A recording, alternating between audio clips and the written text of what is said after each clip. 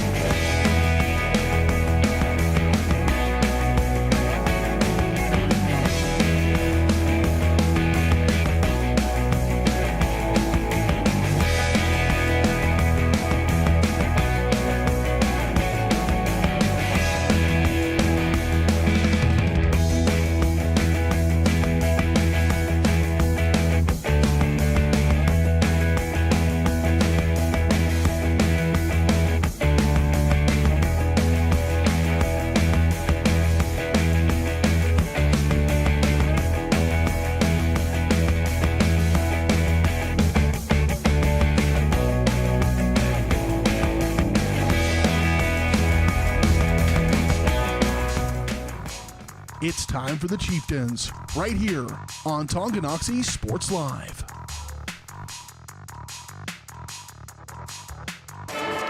Good evening, ladies and gentlemen. Welcome to this doubleheader presentation of Tonganoxie Chieftain basketball on Tonganoxie Sports Live. And as always, it's presented by Kansas Insurance. To see how they can help you protect what matters most, give them a call at 913-369-6600. We are on the road for the final road regular season contest of the year as Tonganoxie travels down to Ottawa to take on the Cyclones. Hello again, everybody. I'm Dylan Funk, joined alongside my broadcast partner, Dennis Drennan. Thank you all so much for joining us tonight on this frigid Tuesday evening. What the heck? We had 70s yesterday, and now 72 yesterday, and now it's 27. Yeah, I went to school this morning with the wind chill. It was literally nothing. There was no temperature outside. It was zero.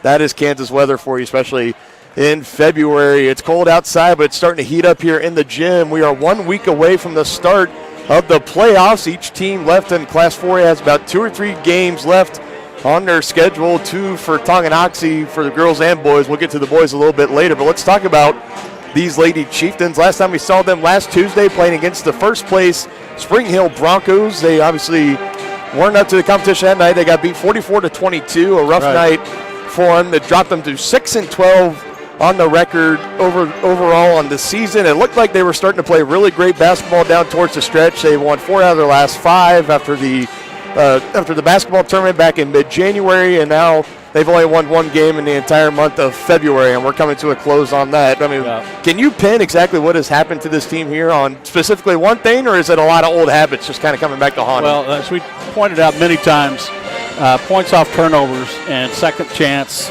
points have just killed the Lady Chieftains, so hopefully they'll get that cleaned up tonight. I know they had a tight one here with Ottawa earlier in the year. I think it was 39-33. Yes, they did. Yeah. It was a 39-33 score. That one at Tonganoxie High School. They last played nearly 7 weeks ago on January 7th, the first week of the new year back then. That was our first game of the 2022 portion of the schedule here on Tonganoxie Sports Lab. Yeah, that was also, again, that was kind of when this team was really starting to peak. They weren't winning the games yet, but you could tell. They were in them. Yeah, but slow starts at the beginning. They just got too deep of a deficit, and then the next 3 quarters they would outperform the team, but they would still fall by about 5 or 6 points. And they just couldn't finish.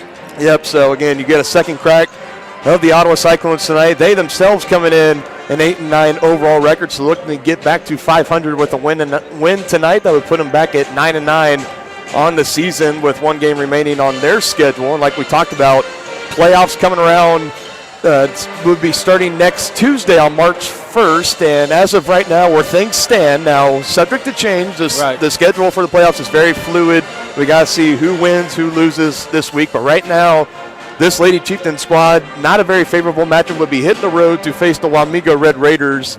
Again, just you got any initial thoughts on that matchup? Well, isn't Wamego ranked as one of the top teams. Yeah, in the state. if you're a March Madness fan, that would practically be the 1-16 matchup. Yeah, or a 2-15. We wouldn't be the one, or yes, a 2-15. So they're going to have a tough time. But like we've said before, anything can happen when you get into tournament. Yeah, exactly. And with the Tonganoxie Lady Chieftains starting 5 seniors, they're not going to want their season to end. So I'm sure they'll give it all they've got.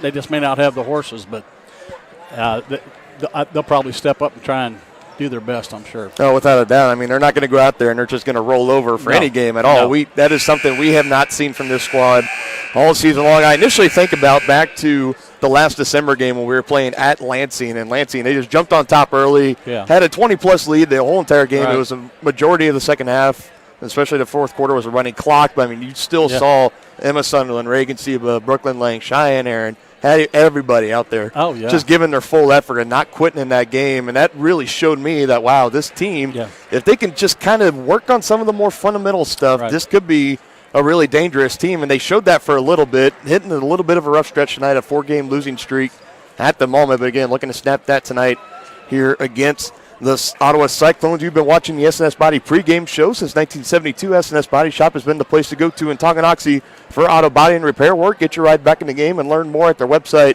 snsautoandbody.com, or give them a call, 913-369-3193.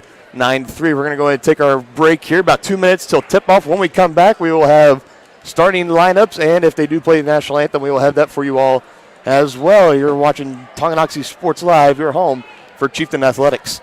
Kansas Insurance, we know one size doesn't fit all. In fact, our whole mindset is based on customized policies for you and your families. We're local, and we do what we do because we care about you. Think of us as brokers for your insurance needs. Working with Kansas Insurance gets you the award-winning service and attention to detail that only an independent agency can provide. All across Kansas, we're here to help you manage and plan for all types of risk. Contact a local agent today. Kansas Insurance, local, independent, serving you.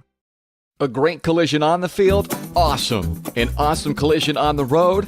Not so great. If that bad play does come your way, take your car to SNS Body Shop in Tonganoxie. SNS has been the area's premier auto collision repair center since 1972, working on all makes and models, glass replacement, bumper repair, fiberglass and plastic, color matching, and more. Plus, they work with all insurance companies. Get your ride back at the game. Learn more at snsautoandbody.com or call 913-369-3193.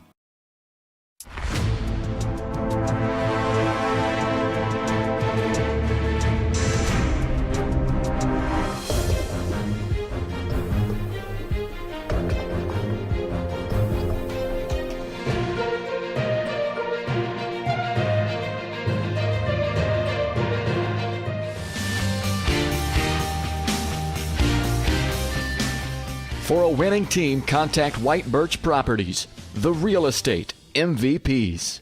Ottawa High School, the home of the Cyclones. We thank you for attending tonight's game between the visiting Tonganoxie Lady Chieftains and your Ottawa Lady Cyclones.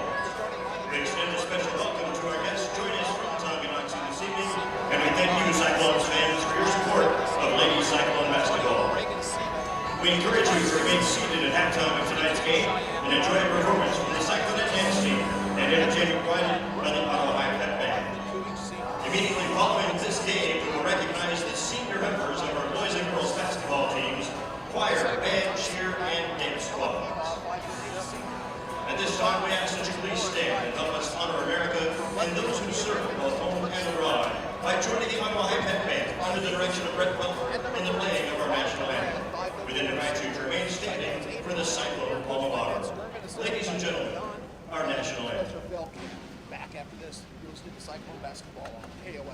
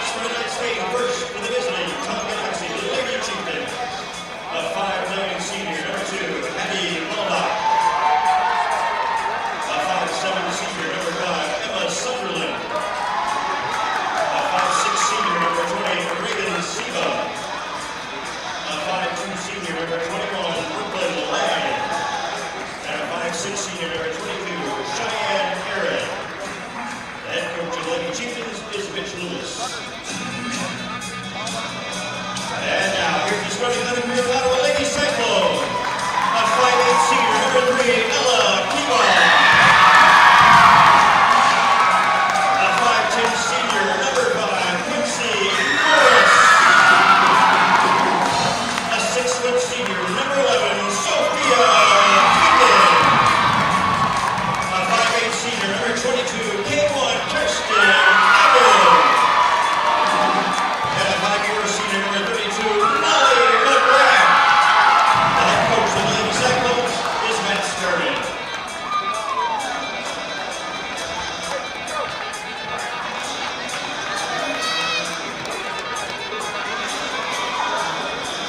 All right, a special thank you to our PA announcer here at Ottawa High School for those starting lineups, and those starting lineups brought to you by the Tonganoxie Public Library. The Public Library offers a wide variety of services for the citizens of Tonganoxie. Stop by and visit them at 1217 East 4th Street. Give them a call, 913-845-3281, and you can see all their programs and resources at their website, tonganoxielibrary.org.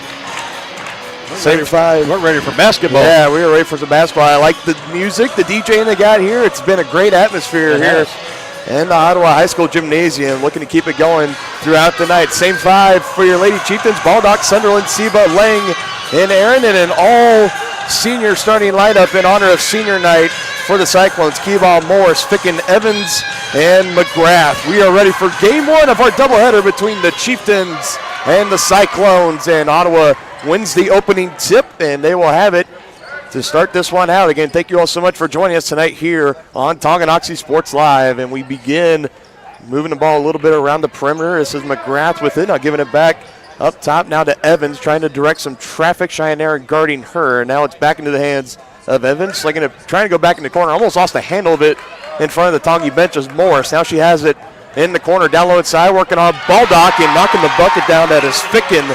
First points of the night belong to the team in white, the Cyclones. And here comes Tonganoxie, their first crack at it tonight. Reagan Seba bringing it across the timeline and gives it to Lang, and now to Baldock at the elbow. Now back to Seba, thought about taking the shot. And now to Sunderland right in front of the Ottawa student section. Over the head pass now to Lang, and trying to move that ball around, find the open shot. And again, back to Lang, saving it from almost going out of bounds. Seba driving in, now kicking it to the corner, head fake. Lang is open, dribbles once, now back to Sunderland. Open to Seba, and can't quite knock it down. Good ball movement though, just couldn't hit the open shot. Rebound by Ficken.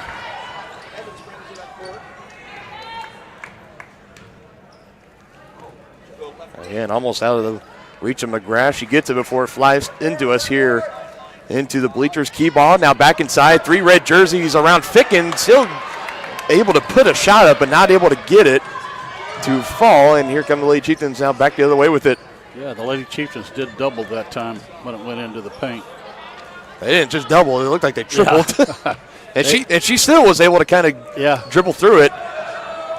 Almost a throwaway pass there for Aaron to Seba.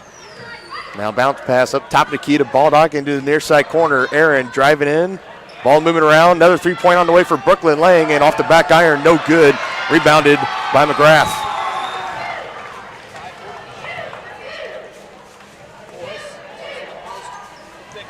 And looking for key ball on that pass. Nobody home, and a turnover for the Cyclones. We stay at a 2-0 contest. 5:42 left to go in the opening quarter of action. And last time we saw these Lady Chieftains, it was last Tuesday. They've had a week off. Was supposed to play last Friday. Would have been Tonganoxie's senior night against the Paola Panthers, but it got postponed due to the inclement weather that came in Thursday and for the better part of Friday. Too bad of road conditions. That game rescheduled for this Thursday. A little bit more on that in the White Birch Properties halftime show. Meanwhile, Seba again driving on the inside. Now a foul is called as they're trying to strip that ball away, and she falls to the ground. They're going to give that to Key Ball. It'll be her first and the team's first. Well, we've noticed all year long that the Lady Chieftains are more effective when they're aggressive and drive the lane, especially Reagan Seba. Mm-hmm. And here we go again. Sunderland this time. There you go. High arching floater off the glass and gets it to fall. We are knotted up at 2. It was a nice finish there. That's exactly what you like to see if you're Coach Loomis. Open space from the top of the key. 3-pointer on the way, short, but going right to Ficken. Yeah, they did And triple again, teamer. looking inside. Good ball movement here. Aaron almost poking that one away. Ficken still able to recover, and now Aaron's going to be called with the foul, the first foul of the game for Cheyenne. Chieftains foul on 22. Aaron, first team. Couple of opportunities on that little possession there to come away with the steal, but Cyclones still able to save it and keep it down on this end of the court. Now let's see what they can do with it now. Overhead pass to Evans, and quickly down low to McGrath. Good block by Blocked Hattie. there by Hattie. Back to sender, she says. First block of the night for big number 2.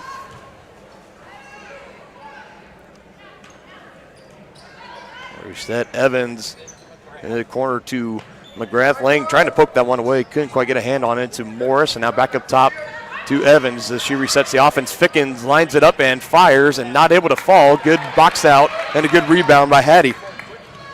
Tonganoxie quickly come back the other way with it. Seba being aggressive. Yep. And they're waving it off. They're going to say on the floor. So not a shooting foul, but a foul. And that's going to be on McGrath. So her first and the team's second foul. She needs to stay aggressive because she's either going to make it or she's going to get fouled. Oh. And trying to bounce past to Hattie, who's trying to cut down low and misses her, but Sunderland able to run it down near the logo.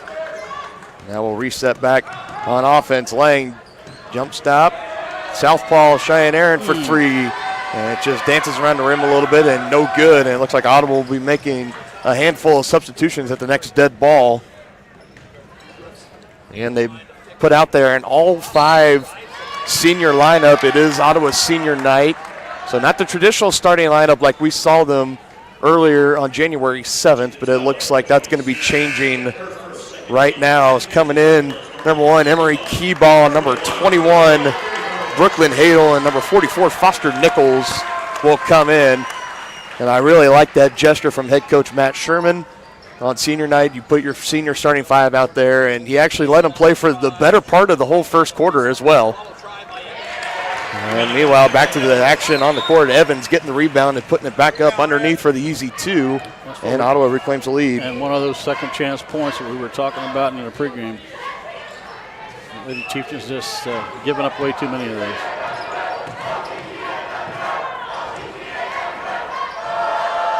Now student section starting to get a little loud and rowdy. Baldock stopping at the elbow, bounce pass into the corner far side. Lang has it, she'll dribble it back out. Now to Aaron, trying to go in the corner to Seba. Tipped initially, and they're going to say last touch by Tonganoxie. Pretty bang play there right in front of the Ottawa bench. They're going to give the benefit of the doubt to the Cyclones though, and they'll take over.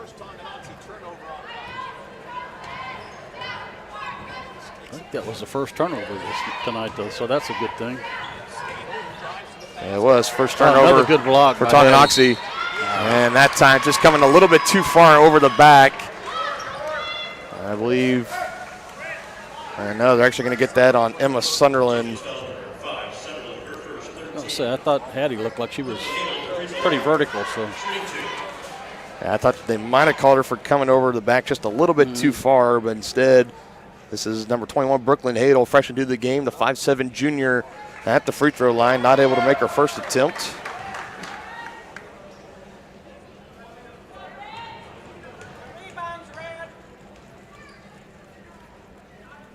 Second one on the way, rattles around on the rim, and good.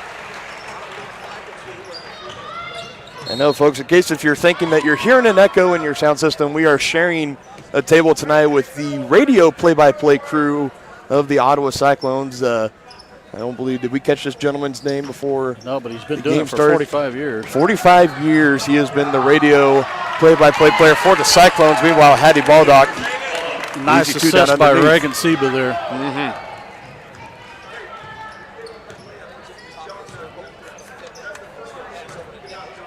Ottawa with the 1-point lead, running floater, no good. Rebound underneath by Keyball, and again, more rebounds given up by Tonganoxie. Sunderland trying to save it near the baseline, and it'll stay with Ottawa. Coach Loomis applauding the effort, though.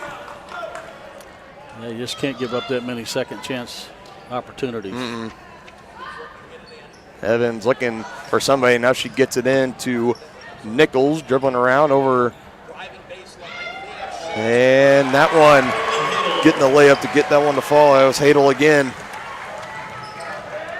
3 points off the bench so far. Now Ottawa coming with some full court pressure. Tonganoxie quickly getting by it. Now looking for the open lady, and this is Lang with it and had it poked away and lost the handle of it. Another turnover for Tonganoxie. Here come the Cyclones looking to capitalize. Hadel driving in through traffic, puts up the shot, and is fouled on the way, so she'll be having 2 more free throws coming her way, and we'll wait to see who they call this foul on. They call it on Hattie, and that'll be her first, the 4th team foul for Tonganoxie.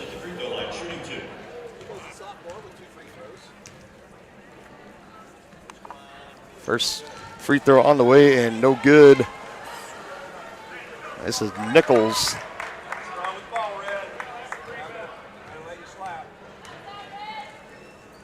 Second one on the way and good. So first point of the night for Nichols, and it's an 8-4 lead for the Cyclones. Tonganoxie looking to cut that deficit at least in half, if not more, on this possession. And again, Seba, a little bit of contact there, but no whistle called. And here's Emery Keyball. She gets it down low and underneath to Ficken. A nice basket underneath, and now Ottawa on a nice little run here. Yeah, another basket off a turnover. 5-0 run and another turnover. Trying to get that one to Brooklyn Lang, and sails over her head and her fingertips. And a little rough stretch of basketball here for the Lady Chieftains. Things not going their way at the moment. Meanwhile, inbounding here is Hadel giving it into Evans, and she will pass it up to Hadel. Now into the corner to Keyball, one of the 2 Keyball sisters, Emery and Ella. This is Emery into the game now, up top of the key. Dribbling in, kick out, Evans, little jab step, and had Lang lost for a moment, but able to recover, and now Hadel driving in, and another foul call. Is that one on Hattie?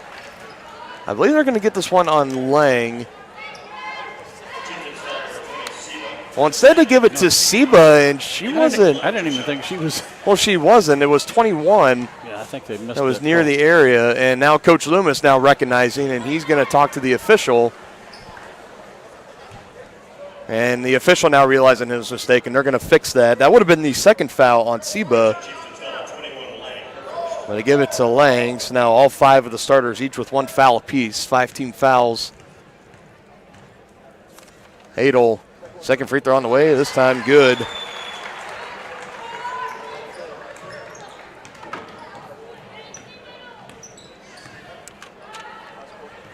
And a little bit more pressure from Ottawa. This time Tonganoxie able to fight through it.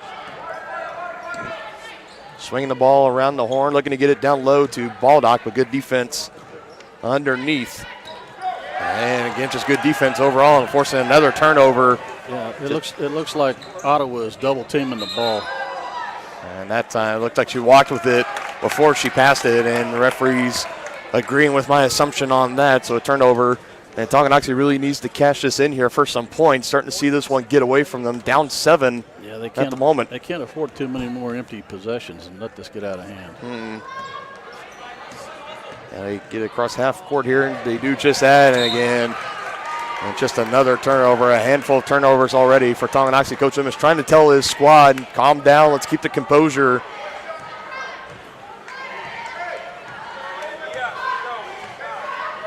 There's 30 seconds left to go. I see the scoreboard camera's been knocked a little bit out of position. I will fix that momentarily here, folks. It's 11-4 game. And just now at 20 seconds and counting left to go. That one tipped. Keyball still able to keep it. And now Baldock coming away with the steal, and she hands it off to Seba. 14 seconds and counting. Could be the final possession of the first quarter here. Under 10 seconds now. Seba at the elbow, kicking it out. Sunderland driving baseline, looking for an option. Second pass to Lang, 2-1. Shot is up and no good, and it goes out of bounds. And that is how the first quarter comes to an end. Cyclones 11, Chieftains 4. We'll be right back with second quarter action and a better score bug right on the other side of this break here on Tonganoxie Sports Live. For more than 15 years, Lynch Real Estate has been a leader in the KC Metro. Hi, I'm Dan Lynch with Lynch Real Estate, inviting you to come let us prove to you why Lynch Real Estate is a name you can always trust. Dan and his team have built a reputation for unparalleled customer service and satisfaction by building lasting relationships. Learn more about Lynch Real Estate at lynchresidential.com or give them a call at 913-369-3000. Whether you're a first-time buyer or a high-end seller, I'm here to make it happen. The same look and location of a classic drugstore with the services and supplies of a modern pharmacy. That's what you'll find at the Downtown Drug Store in Tonganoxie. Of course, Downtown Drug is the local choice for your prescriptions and health needs, but did you know they have the best selection of Tonganoxie Pride and Chieftain game day gear in town? And a whole lot more. Cards, gifts, home decor, and even the best way to satisfy that sweet tooth. The Downtown Drug Store. Call 913-369-3800 or visit them online at thedowntowndrugstore.com.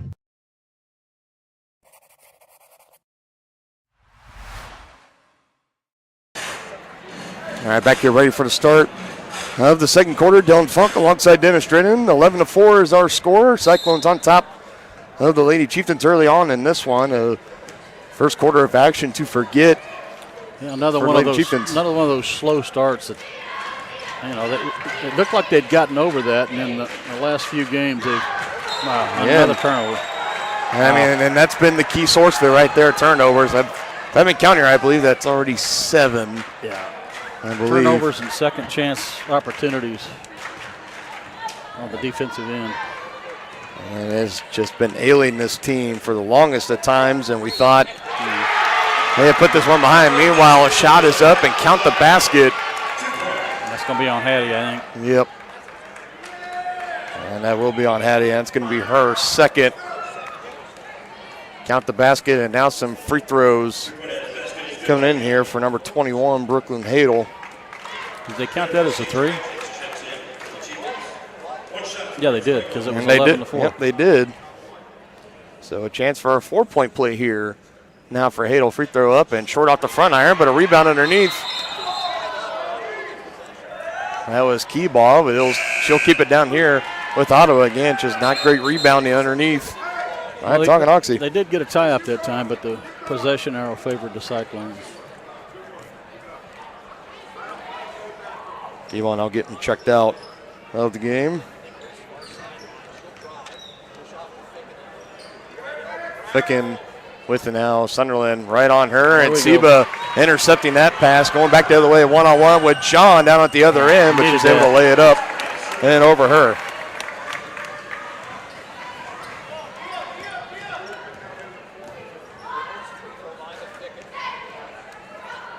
John again looking for an option, finds Hadel in the corner, head fake, trying to drive by Aaron, and another turnover, back-to-back turnovers for Ottawa. Tonganoxie needs to make these hurt. Yep, looking to cash in. That was Brooklyn Lang that time coming away with the steal. A little bit of zone defense here from the Cyclones into the corner to Aaron. Now back up top to Lang. And she'll take the 3. Got the separation, clanking strong off the back iron and brought down again by Hadel.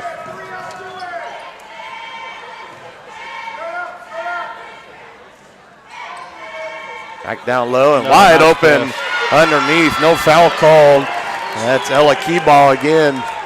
That was a breakdown defensively for the Chieftains, and Ottawa made them pay. First double-digit lead of the night for the Cyclones, 16-6. About 6:20 and counting left to go here in the second quarter.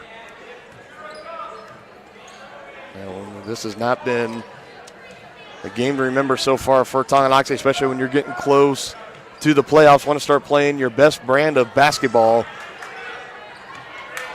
The Chieftains coming into this game currently on a 4-game losing streak and had another turnover. Looking down in the corner for Cheyenne Aaron. Coach Loomis has seen enough. Yep, and I believe he has just called a full timeout, and we will go ahead and take that with him. Exactly 6 minutes still left to go in the second quarter. Ottawa 16, Tonganoxie 6. We'll be right back after this break on Tonganoxie Sports Live. 1866 Bar and Grill is Tongie's tastiest. Incredible selection, delicious preparation, and a beautifully designed space all make 1866 one of the area's premier eateries, delivering big city taste in a small town atmosphere. Satisfying sandwiches, sizzling steaks, the best burgers anywhere, and even lovely lemonade. See the full menu on Facebook at 1866 Bar and Grill, or order now by calling 913 369-7007. Shop local and save at Brothers Market in Tonganoxie, where we treat you like family. Brothers Market has great everyday deals throughout the store.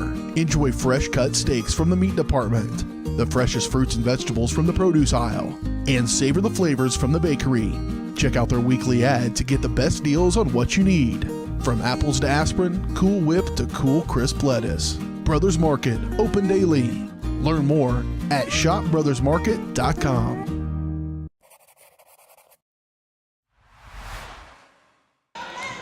Resuming action here at Ottawa High School. Dylan Funk alongside Dennis Drennan out of the full timeout for Tonganoxie as Coach Loomis and his squad find themselves down 10 early on to the Cyclones. That ball bounced around near the baseline. I'm not sure how that didn't go out of bounds, but it'll stay here with Ottawa, and cashing in is Ficken underneath with the assist to John. They're just getting beat inside.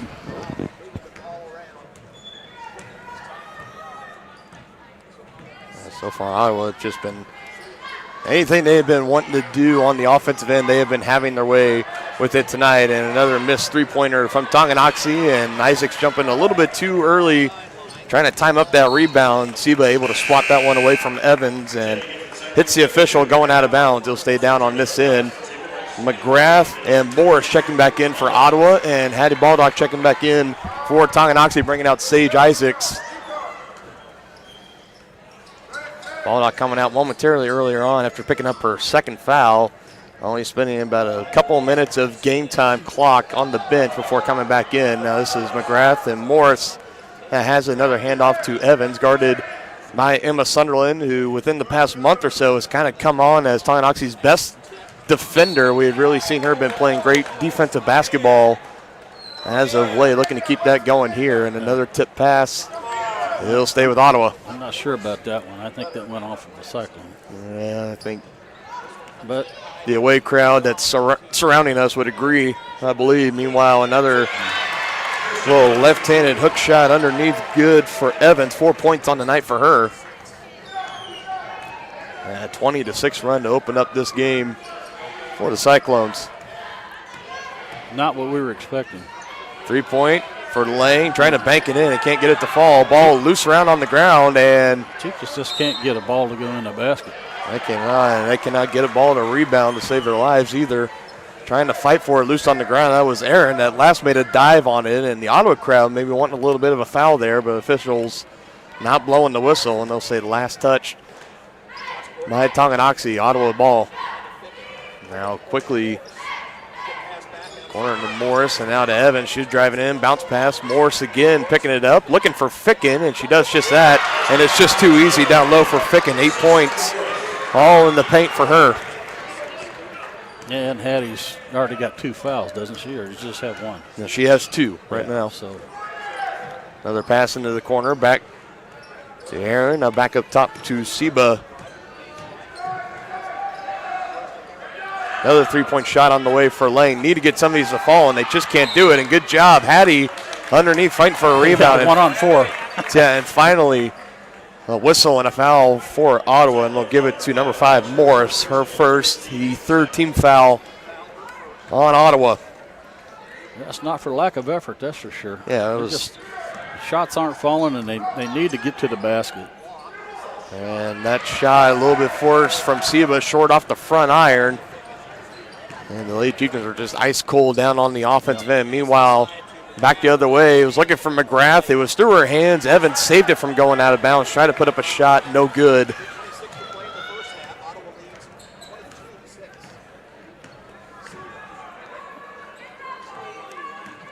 He was looking for some type of answer down on this end. Have not scored since the first initial quarter. Aaron almost dragging that pivot foot. Now a shot put up by Lang, no good. Second chance from Baldock and a foul. And she'll have a chance to earn him at the free throw line. Good job by Hattie there. Cyclone foul number 5, Morris, her second, 14.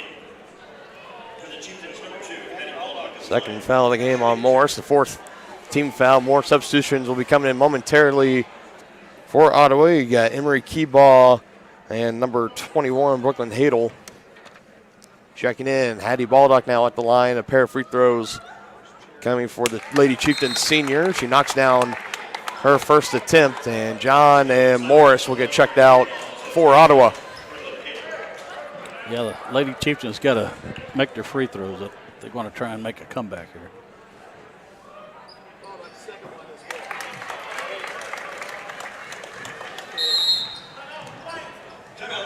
Timeout, Ottawa. Yep. So 2 more points for Hattie Bollock. We'll take a break during the timeout. 22-8, Ottawa on top of Tonganoxie. 3:04 left to go in the second quarter. From its native roots to the bustling community it is today, Tonganoxie's past is as unique as its future. With small-town charm and big city amenities, Tonganoxie is the ideal place to grow a business and grow a family. Just 20 minutes from both Lawrence and Kansas City, Tonganoxie is perfectly positioned. Take an afternoon and come explore Tonganoxie. To learn more, go to tonganoxie.org.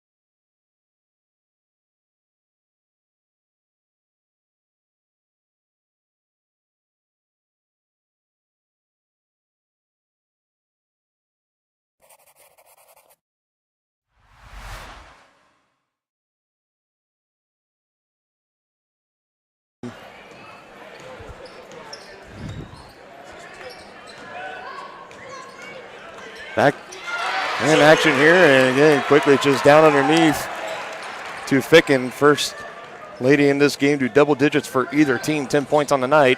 Looks like she's got a height advantage on Hattie. It would appear and pull up a roster. It'll be number 11, I believe, is Sophia Ficken. Yeah, she's 6 foot.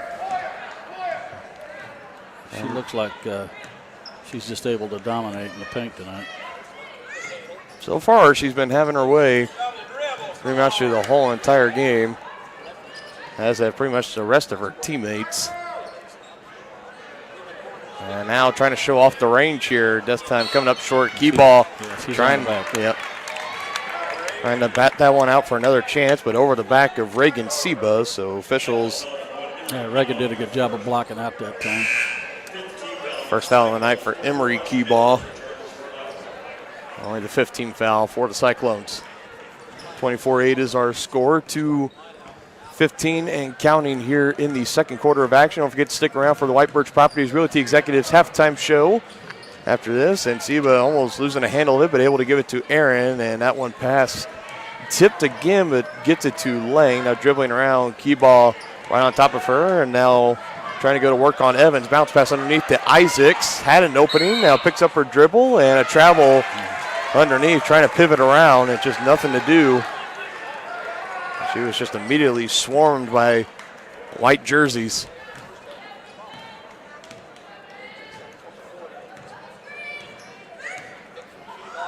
Another lob inside, good. Extra pass out to the corner. Nichols no good on the three-point attempt, and the ball falling down. Seba with the rebound, quickly giving it up to Sunderland, trying to go up and over on Ficken, and she does just that.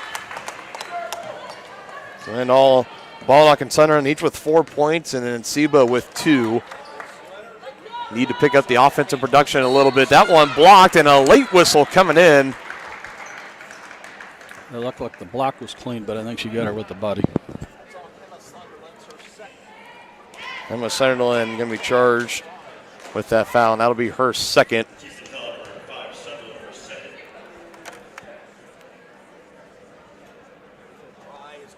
First free throw on the way. And good for Hadel. Second attempt coming momentarily.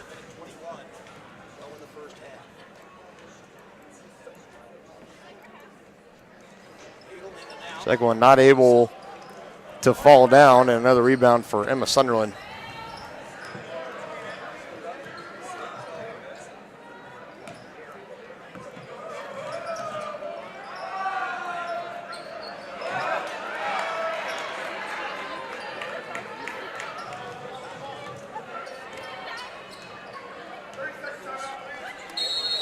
Looks like Ottawa going to be calling for a quick 30-second timeout. And in this moment, I'm going to work a little bit more on the scorebook. A little bit harder when we got setting up in the bleachers again tonight. You know, we've had a little bit worse of setup, but I still think very, very well tonight. It's just our scoreboard tripod of the camera. It's still in there in the bleachers. So when people kind of get up and down, walking around, it can knock it off balance a little bit. I'm trying to fix it on the fly as we go, but hopefully these will hold up for the remainder of the half at least. I hope that's a little better to read for everybody. A 25-10 lead for the Ottawa Cyclones. Again, my name is Dylan Funk. I'm joined alongside my broadcast partner, Dennis Drennan. We're live on the road here at Ottawa High School. The final regular season road basketball game before the playoffs start next Tuesday. And, of course, we will have all the postseason coverage for both the boys and girls basketball teams.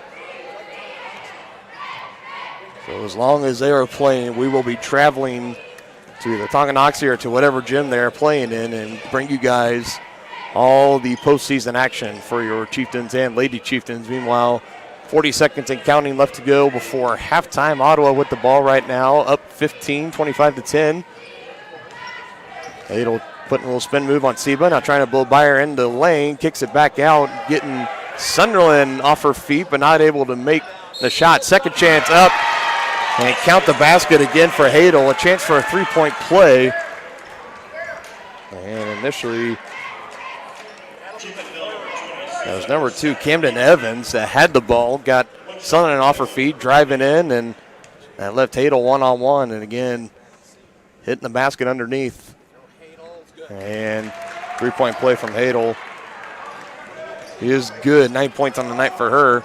Could be the final possession of the second quarter here, and Tonganoxie in desperate need of some points here. And Lane passing up the open three, giving it back to Sunderland. Now back to Lane, a little more open, but still not able to make the three-point. Ficken back the other way, almost had it poked away, still on the ground, still coming up with it, and good effort by Reagan Seba, diving on the ground, saving these possible second chance points for Ottawa, and we head to halftime. Ottawa 28, Tonganoxie 10. We'll be right back with White Birch Properties halftime show right here on Tonganoxie Sports Live, your home for Chieftain Athletics.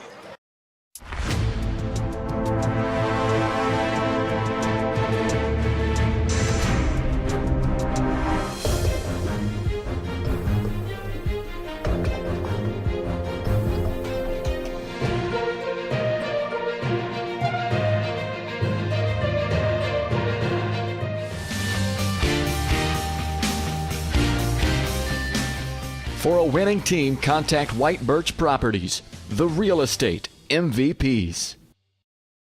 Wizard of Paws, now at their newly renovated location in downtown Tonganoxie, offers personalized pet grooming, doggy daycare, dog obedience, and socialization classes. At Wizard of Paws, your pet will get a one-on-one grooming experience, ensuring they return to you quickly and looking fabulous. And their new facility offers amenities and space that is doggone amazing. Call Wizard of Paws at 913-416-0255 or visit their new location at 406 East 4th Street in Tonganoxie. Learn more at wizardofpawspet.com.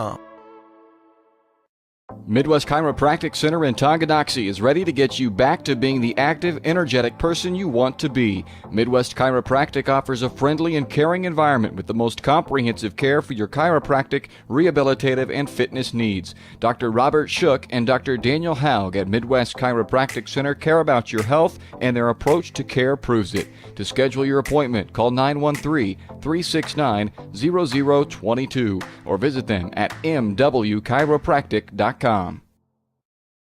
The Tonganoxie Recreation Commission understands that the benefits of recreation are endless. Participating in community recreation is not only fun, but also healthy and educational. The Tonganoxie Rec Commission encourages all ages and abilities to participate in recreational activities. That's why they're continually working to develop programs for all the residents of Tonganoxie. To see the latest sports and program offerings and to get signed up, visit them at tongirec.org or call 913-845-3502. With the First State Bank & Trust mobile app, you can bank from anywhere. Check your balance while you're waiting in line here, or transfer funds while you're here. Forget to pay that bill? Pay it from here. Don't cut your visit short to go to the bank. Make your deposit from here. And remember, you're always welcome to bank right here.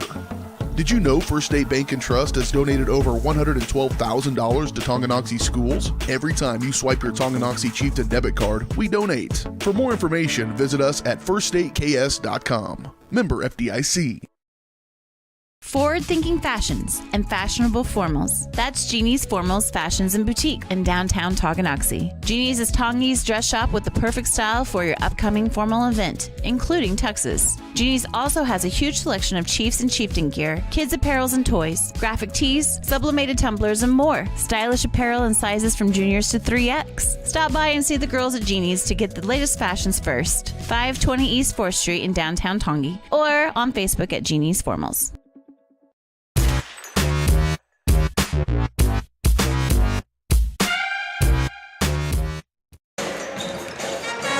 Back here live in the White Birch Properties Realty Executives Halftime Show. At White Birch Properties, you have a team of agents ready to help you buy or sell that next house. Their team is ready to help lead you to success in the real estate game. Visit them at 1203 State Avenue, Suite B in Tonganoxie, or call 913-915-0451. The boys hitting the court, getting the warm-up shots in during their halftime portion. About a little under 6 minutes and 30 seconds left to go. And run through our point totals real quick, just starting for Tonganoxie. It's only been 3 ladies so far. It's been Baldock, Sunderland, Seba, 4 apiece for Baldock and Sunderland, and only 2 for Reagan Seba. And we've said it enough. Obviously, their turnovers have just been absolutely killer, nearing double digits in that whole first half. I mean, you just got to cut that out here in the second half if you want a chance to come back. Already down 18, and Lady Chieftains haven't come back from this much of a deficit in a long time. And I think the main factor is Fickens inside for the Cyclones. She's 6 foot and she's very athletic. And even though Tonga's been double teaming her, she's just been going right through the double team and able to finish. So yeah, it's Ficken, like you talked about, Sophia Ficken, number 11, 10 points on the night, followed by Brooklyn Hadel with 9, and the rest of Ottawa had Ella Keyball with 2, Kristen Evans with 4, and only 2 points for Nichols. So it really hasn't. It's been Ficken and Hadel, both really showing off strong down underneath. So just somehow you got to find a way to strengthen that post defense into the paint and just hold on for dear life, because this. Well, what Fickens has been able to do is she's been able to establish good post position, and her teammates have been able to get it up high to one of her hands where she can go up and get it over the Lady Chieftains. So that's been a problem for them. And that's the other thing I've really noticed in that first half. You kind of saw Ottawa take a page out of Tonganoxie's book, really kind of drive into the paint, get the defense to move to the ball carrier, and then they've just been able to perfect bounce passes and find the open lady down low. Yeah. And it's mainly been Ficken and Hadel. Give them their credit, but no question. And that's you got to have the weak side help come over sometimes, but they've struggled the first half. Hopefully they can get it figured out here and have a closer second half. I'm hoping for that as well, and I'm pretty sure that halftime discussion right now with Coach Loomis probably not a pleasant one. He's told us many times when we've talked to him this year, usually one that likes to take kind of the glass half full approach and doesn't really like to. He's not the kind of coach to yell and scream at his players, as we can see the Lady Chieftains now starting to come out of the locker room, and Coach Loomis, kind of the same face as you kind of see him walk across the screen there. Same face kind of throughout the whole entire game. Yeah. That frustration kind of rubbing his eyes and his brow. Yeah. Just not happy with a lot of the way that game went, and I could tell still waiting for all varsity players to come out, so maybe I think a little bit of senior leadership. Yeah, I think so. So be interesting to see who's in there kind of stepping up, taking charge. I'd imagine could be Reagan Seba, could be Emma Sunderland, could be any one of the seniors, honestly. That's what you have seniors for. And, so the reserves are out, warming up right now. You have to see the 6 varsity players right now. So, hopefully maybe whatever fire they're trying to start in there, they could come out in the second half and maybe catch lightning in a bottle, and who knows? I mean, you never know. We saw them come back from 20-point deficits and get within 5. Yeah, in the second true. half. I mean, never say never. And here we go. You're about to see him walk across the bottom of your screen. So now the varsity squad now back out, ready to go. They'll get their final warm-up shots in under 2 minutes left to go until halftime is over. We'll go ahead and take our final break, and we'll be right back with second half action here on Tonganoxie Sports Live. Tonganoxie looking to storm back. They're down 28-10 to the Ottawa Cyclones. Back after this on Tonganoxie Sports Live. And location of a classic drugstore with the services and supplies of a modern pharmacy. That's what you'll find at the Downtown Drug Store in Tonganoxie. Of course, Downtown Drug is the local choice for your prescriptions and health needs, but did you know they have the best selection of Tonganoxie Pride and Chieftain game day gear in town? And a whole lot more. Cards, gifts, home decor, and even the best way to satisfy that sweet tooth. The Downtown Drug Store. Call 913-369-3800 or visit them online at thedowntowndrugstore.com. At Family Medicine of Tonganoxie, you'll find incredible care close to home. A friendly staff here for you when you need them, offering primary care for all ages from general physicals and health exams to minor procedures and x-ray services, along with an overall patient education ensuring peace of mind that you're receiving the best care possible in a convenient, accessible manner. Visit lmh.org or call 913-845-8400 to schedule an appointment and learn more about the incredible primary care providers at Family Medicine of Tonganoxie, your partner for lifelong health.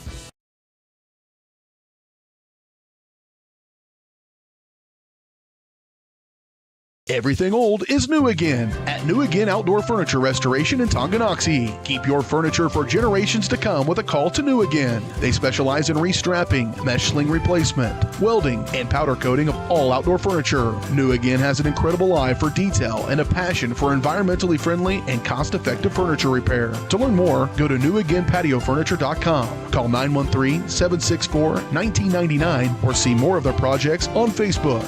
New Again Inc. in Tonganoxie. The same look and location of a classic drugstore with the services and supplies of a modern pharmacy. At Kansas Insurance, we know one size doesn't fit all. In fact, our whole mindset is based on customized policies for you and your families. We're local, and we do what we do because we care about you. Think of us as brokers for your insurance needs. Working with Kansas Insurance gets you the award-winning service and attention to detail that only an independent agency can provide. All across Kansas, we're here to help you manage and plan for all types of risk. Contact a local agent today. Kansas Insurance. Local, independent, serving you.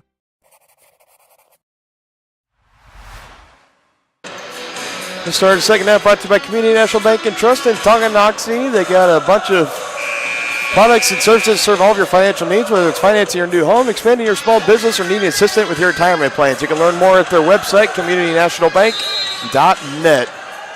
Tonganoxie getting the ball to start things off in the third quarter and down by 18 points, 28-10 to the Ottawa Cyclones. Going to need much better improvement here in the second half, and three-point shot no good from Sunderland. Gets kicked now out to Aaron, no good. And another third opportunity here for Tonganoxie.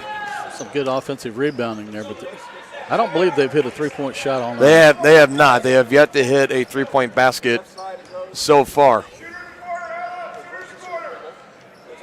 Back into the corner. Sunderland after getting the handoff from Lane, now dribbling around, giving it up to Aaron. Now back into the far side corner to Lane. Little head fake trying to get by her defender. Shakes her for a moment. Now down low to Baldock. Two jerseys in the area. Another three-point on the way. That time, finally, snapping the drought. Three-point basket falling for Emma Sunderland. 7 points now in the night for her. It's still only her, Hattie Baldock, and Reagan Seba, the only Lady Chieftains with points. Not getting any help from the other two starters or Sage Isaacs off the bench yet. Hopefully that'll change this half. Yeah, definitely going to need my guess, you're probably going to need at least three of these ladies in double figures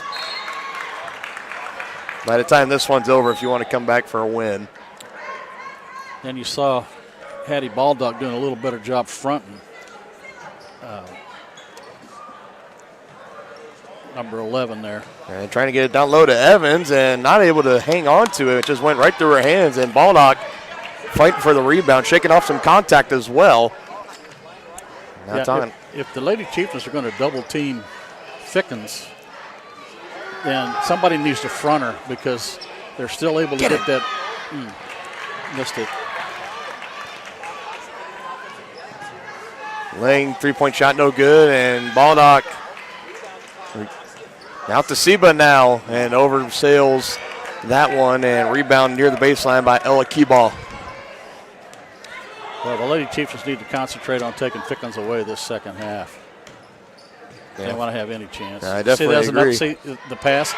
Nobody fronted her. You got to front her. Because once she gets it down low, it's over. Yeah. I mean, they're double teaming anyway, so you need to have one in front to deny the pass, the entry pass, and then one to defend on the turnaround. I'm definitely going to need that strategy going forward. 12 points on the night for Ficken, and now another turnover on the offensive front for Tonganoxie.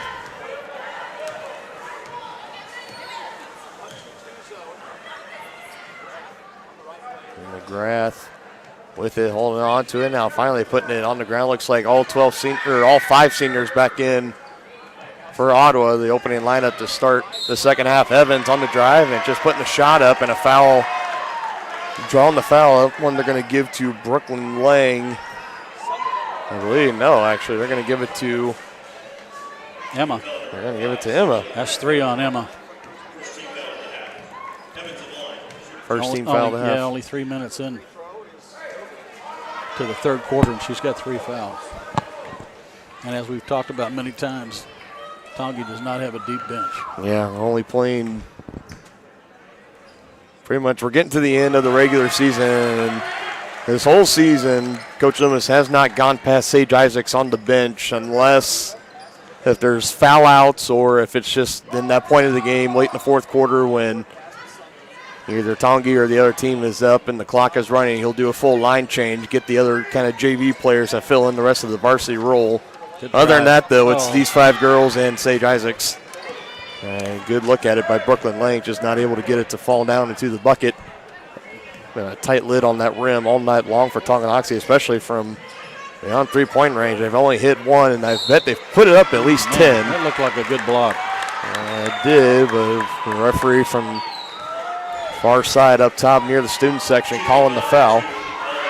And they call that on Baldock, so now her and Emma each with 3 fouls. Well, that sure looked like all ball to me. Yeah, and that's what Coach Loomis. I think so, too. I think saying some words not appropriate to put on for this broadcast, but point being, did not like the call at all. No, I think he's right.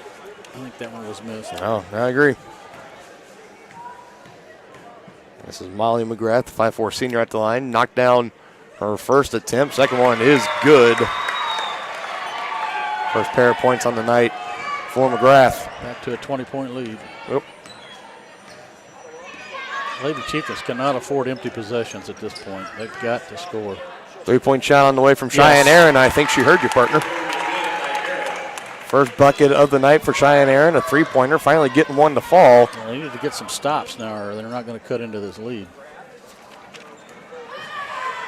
Good deflection by Emma. Well, you got Fickens clear out here on the perimeter. Hey, we're not going to question it. No. And quickly getting it down low. Key ball again. That's Ella, and another whistle and a foul.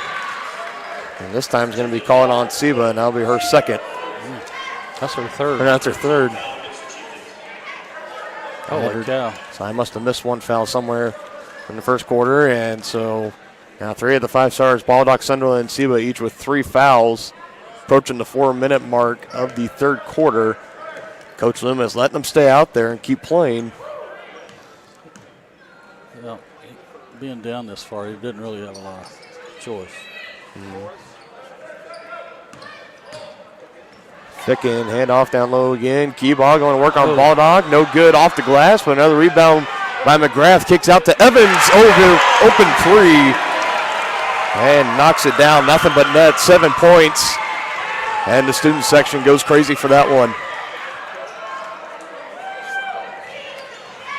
Now the rest of the original starting 5 for the varsity will be coming in Next dead ball for Ottawa. Meanwhile, 3-point no good off the glass from Reagan Seba, but another offensive rebound. Cheyenne Aaron trying to go back-to-back, can't do it. And rebound by Ella Keeball. We'll have Nichols, Hadel, and Emery Keeball checking in for Ottawa here momentarily. Back to a 20-point lead for the Cyclones. Give and go to McGrath, driving into the basket, can't finish off the glass. Good defense by Sunderland as she also comes down with the rebound. Quickly getting it up the court into the corner for Aaron, and an air ball. A little bit too much mustard on that one.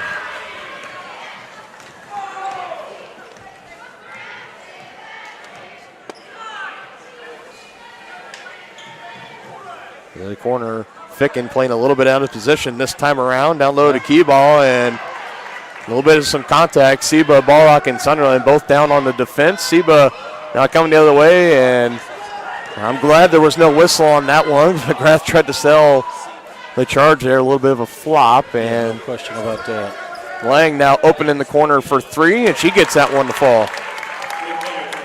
First bucket of the night now for Brooklyn Lang.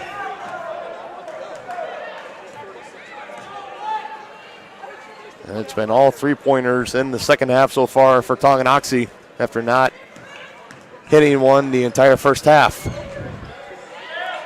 McGrath now picking up her dribble, looking for help, batted out of bounds. And it'll stay down here with Ottawa. So Nichols, Hadel, and Keyball checking back in. McGrath, Ficken, and Ella Keyball will get checked out of the game. Evans. The Lady Chieftains need to try and cut into this lead with Fickens on the bench.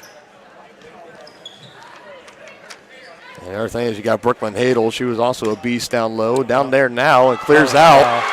And a good drive and a good finish. Just got to tip your hat on that one. Yeah, you do. That was just a good offensive play. That was Foster Nichols, the 5'8" sophomore. Good drive and finish there.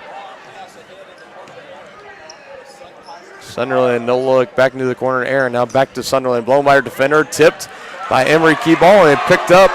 And this is Nichols again, and she's going to have the easy layup, but she missed it. Second chance rebound by Hadel, and it's good. Finished strong with that left hand. 11 points now on the night for Brooklyn Hadel, and the point total is now 40 for Ottawa. Seba turnover. Probably should have just taken that one. Yeah. She had the open shot, but trying to get it to Baldock. It's taken away. Evans, no, gets her own rebound. Still no. Third rebound underneath. Fighting for it, and near the baseline, Sunderland comes away with it.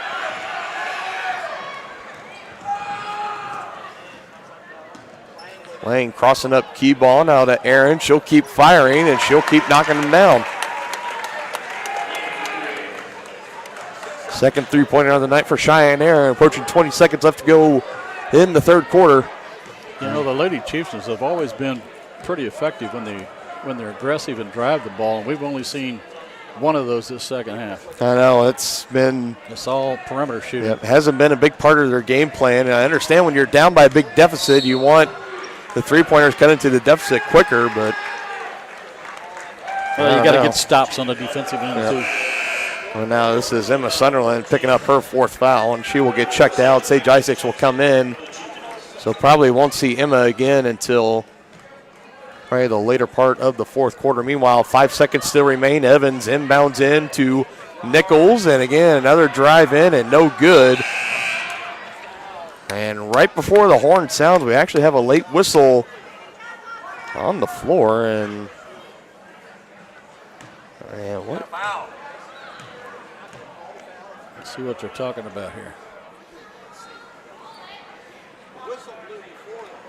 I'll say it was maybe a half a second right before the horn sounded that the whistle blew. Right. And so we're going to give this. We're going to give it to Jean for Ottawa. It'll be her first. And so literally put up 0.3 of a second on the board, and we will inbound, and that will be the end of the third. Moving out underneath the basket. Ottawa still bringing a little bit of full court pressure. And with 3/10 of a second left, we'll see. But it goes right to Aaron, and that is the end of the third quarter. Still an 18-point deficit for Tonganoxie as they trail 40-22. We'll be right back with fourth quarter action here on Tonganoxie Sports Live after this break. Thinking about starting your next home improvement project? Make sure you call 811 before you dig. Once you call 811, wait a few days for the utilities to mark your yard with paint or flags so that you don't unintentionally dig into an underground utility line. Hitting a buried line can disrupt your neighborhood's utility service, cost money to repair, or cause serious injury or death. Southern Star asks you to protect your community. Dig safely. Call 811.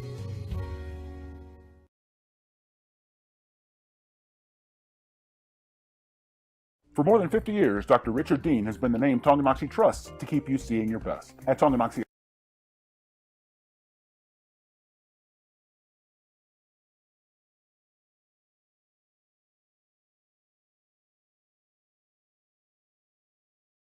the classroom, in the office, on the field, or just relaxing with friends. Tonganoxie Eye Care has a wide range of frames in the showroom, and you can even get prescription sunglasses in your favorite styles. Call 913-845-2030 to book your appointment. Tonganoxie Eye Care, the clear choice for your vision health.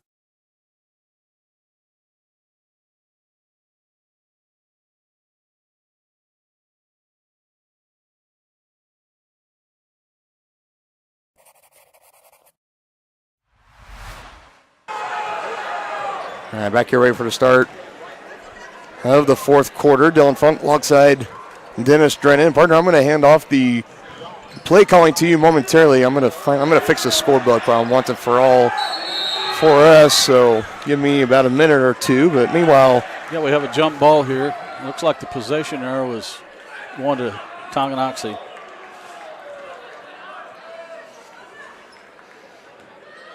Reagan Seba is going to bring the ball up the court. Just token pressure from Ottawa. Now it gets more intense. Looks like we have a foul on Ottawa.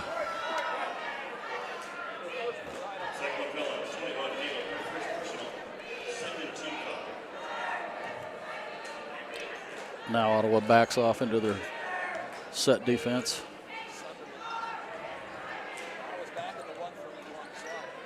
Sunderland around into Cheyenne Aaron. Back to Emma. Over to Reagan.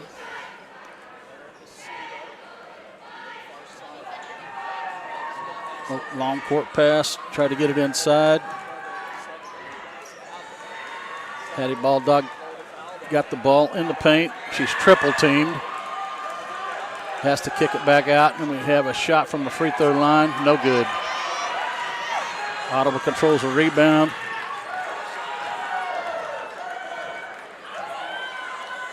The Tongi girls are in a man-to-man defense. And a good drive by Fickens there and scores. A little shot from the elbow by Fickens. She's almost been unstoppable tonight for the Lady Chieftains.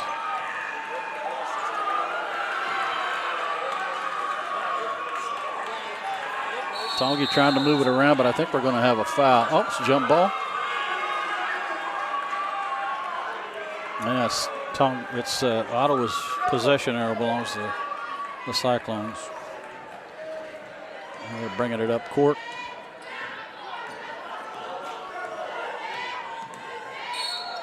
Well, we got a whistle. I'm not sure who they called the foul on. 22. That's on Cheyenne Aaron. That's her second personal.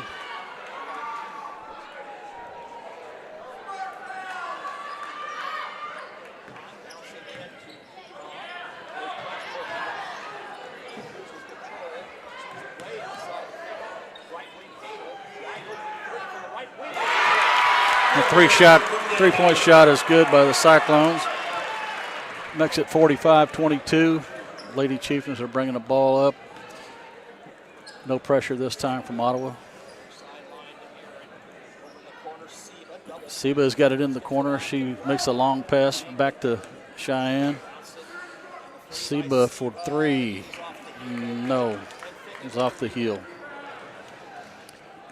Ottawa controls a rebound. They're back down into setting up their offense.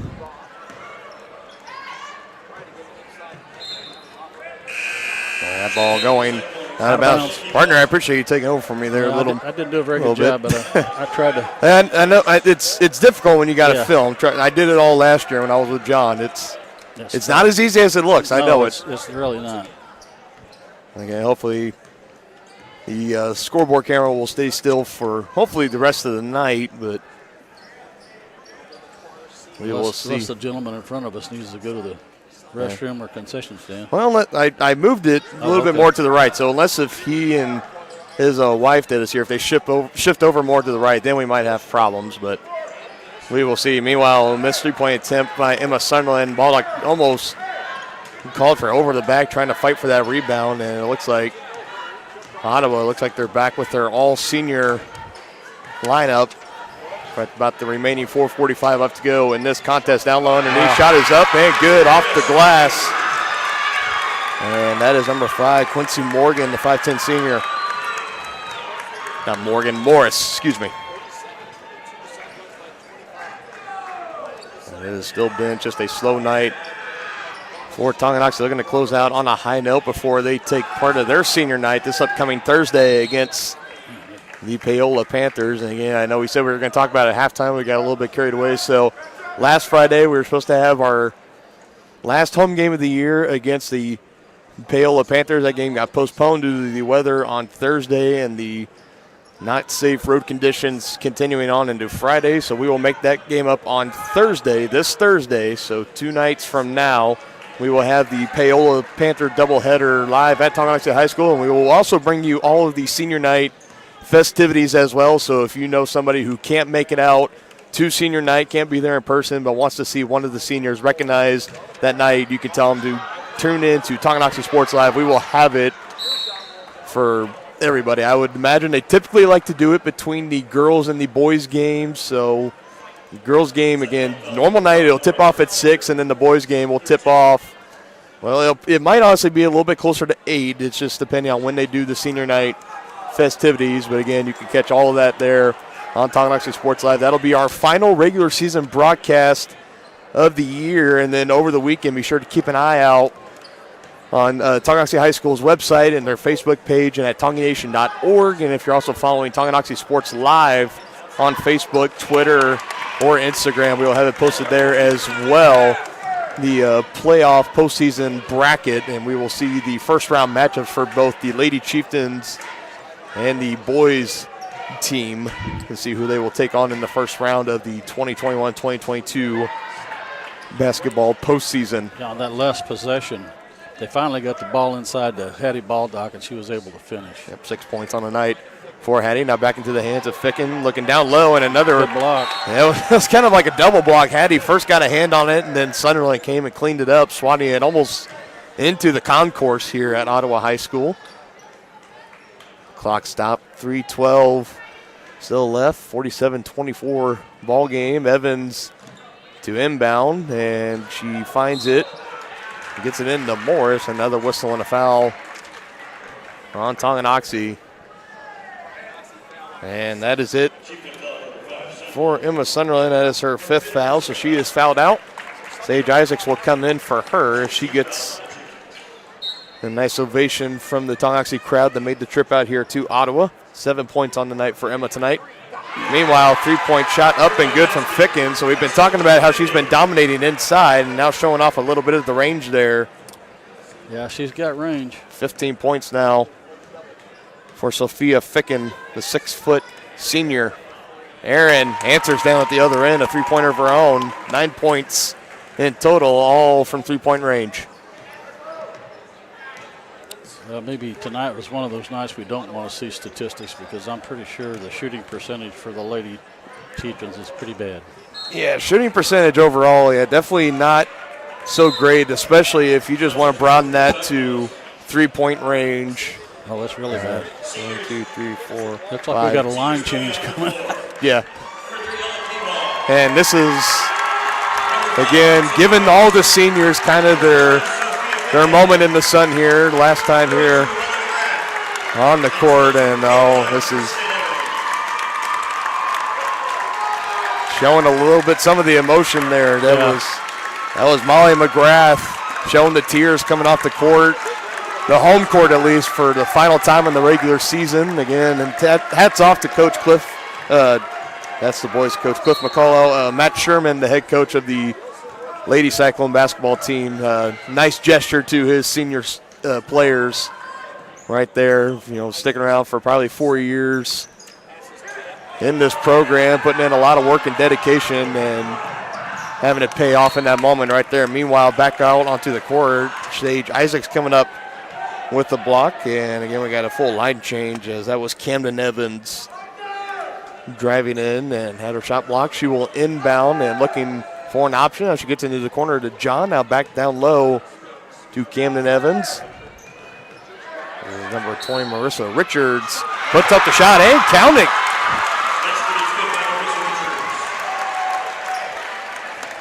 Well, when it's your night, I guess. Yeah. And it has just been Ottawa's night all night long tonight.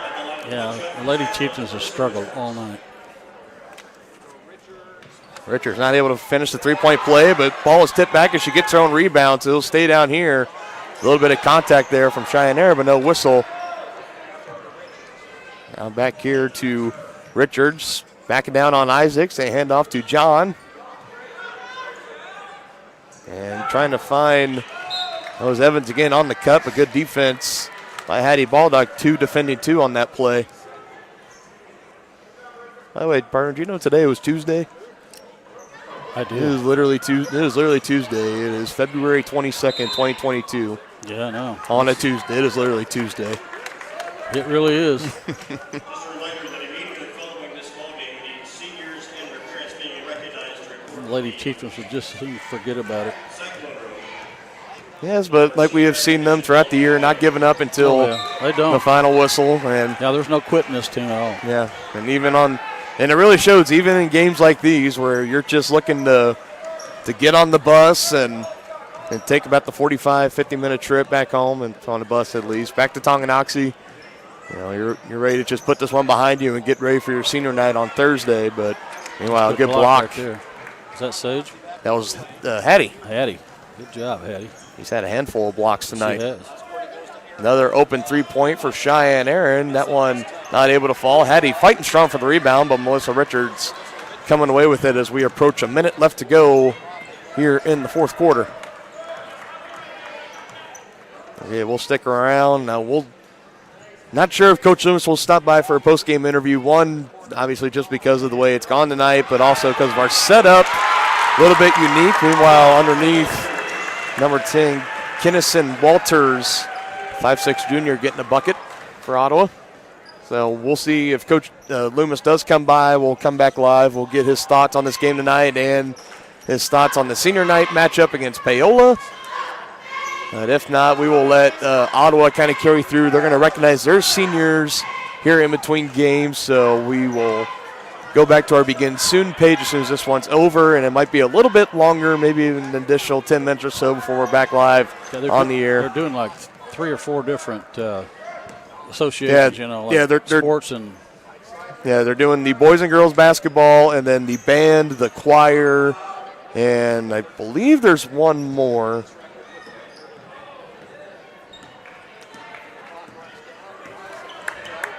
It's going to be extended senior night tonight, and the final seconds will roll down. And the final score in this one, Ottawa 54, Tonganoxie 27. So Ottawa moving back to 500 on the year at 9-9. Meanwhile, Tonganoxie back falling lower and lower on the record, 6-13 now on the year. It's just a rough night all around for Coach Loomis' squad. Definitely looking forward to getting to Thursday, I would believe. Yeah, I think so. Yeah, we'll run through the final point totals real quick. Cheyenne Aaron, 9 points on tonight. Brooklyn Lang with 3. Reagan Seba held to I believe a season low, only 2 points. Yeah, I'd say that's so a season far low tonight. for her. 7 points for Emma Sunderland and 6 points for Hattie Baldock, and that will be it for tonight's coverage of Game 1 of our doubleheader between Ottawa and Tonganoxie. Again, we will wait and see if Coach Loomis comes for an interview or not. If he does, we will come back live on air. Meanwhile, if he doesn't, we'll go ahead. We'll just keep it on the Begin Soon page. They got 15 minutes on the clock right now. I imagine that will probably start rolling after the senior night is over. But again, they're doing both basketball seniors, the band, the choir, and I believe there was I thought there was 4. Well, the boys and girls basketball, the band and the choir, so that would be 4. There might be another one. I don't know. But anyways, just keep an eye on your screen. Keep us playing in the background. You'll hear us when we come back live. If we start talking to Coach Loomis, then you'll know. If not, we will be back on close to about 8 minutes before the boys' game gets going, and we will go back into the SNS Body pregame show, and we'll go over our pregame material for the boys' game between the Cyclones and the Chieftains. So we will see you all then.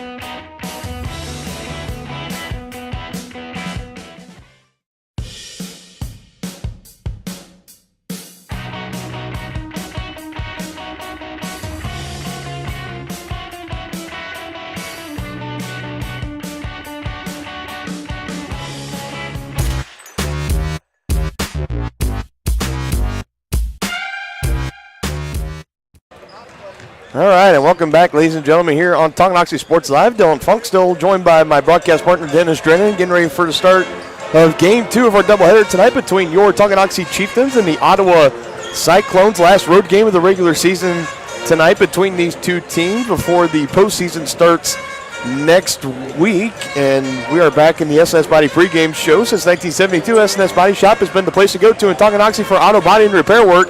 Get your ride back in the game and learn more at snsautoandbody.com or call 913-369-6600. And in case you are just now joining us, you missed game 1 of our doubleheader. Not one to remember for the Lady Chieftains. They fall to the Lady Cyclones 54-27 here on what is Ottawa's senior night. And a lot of seniors shined in that game, including oh my God, how do we not remember her name? Ficken. Ficken, I remember.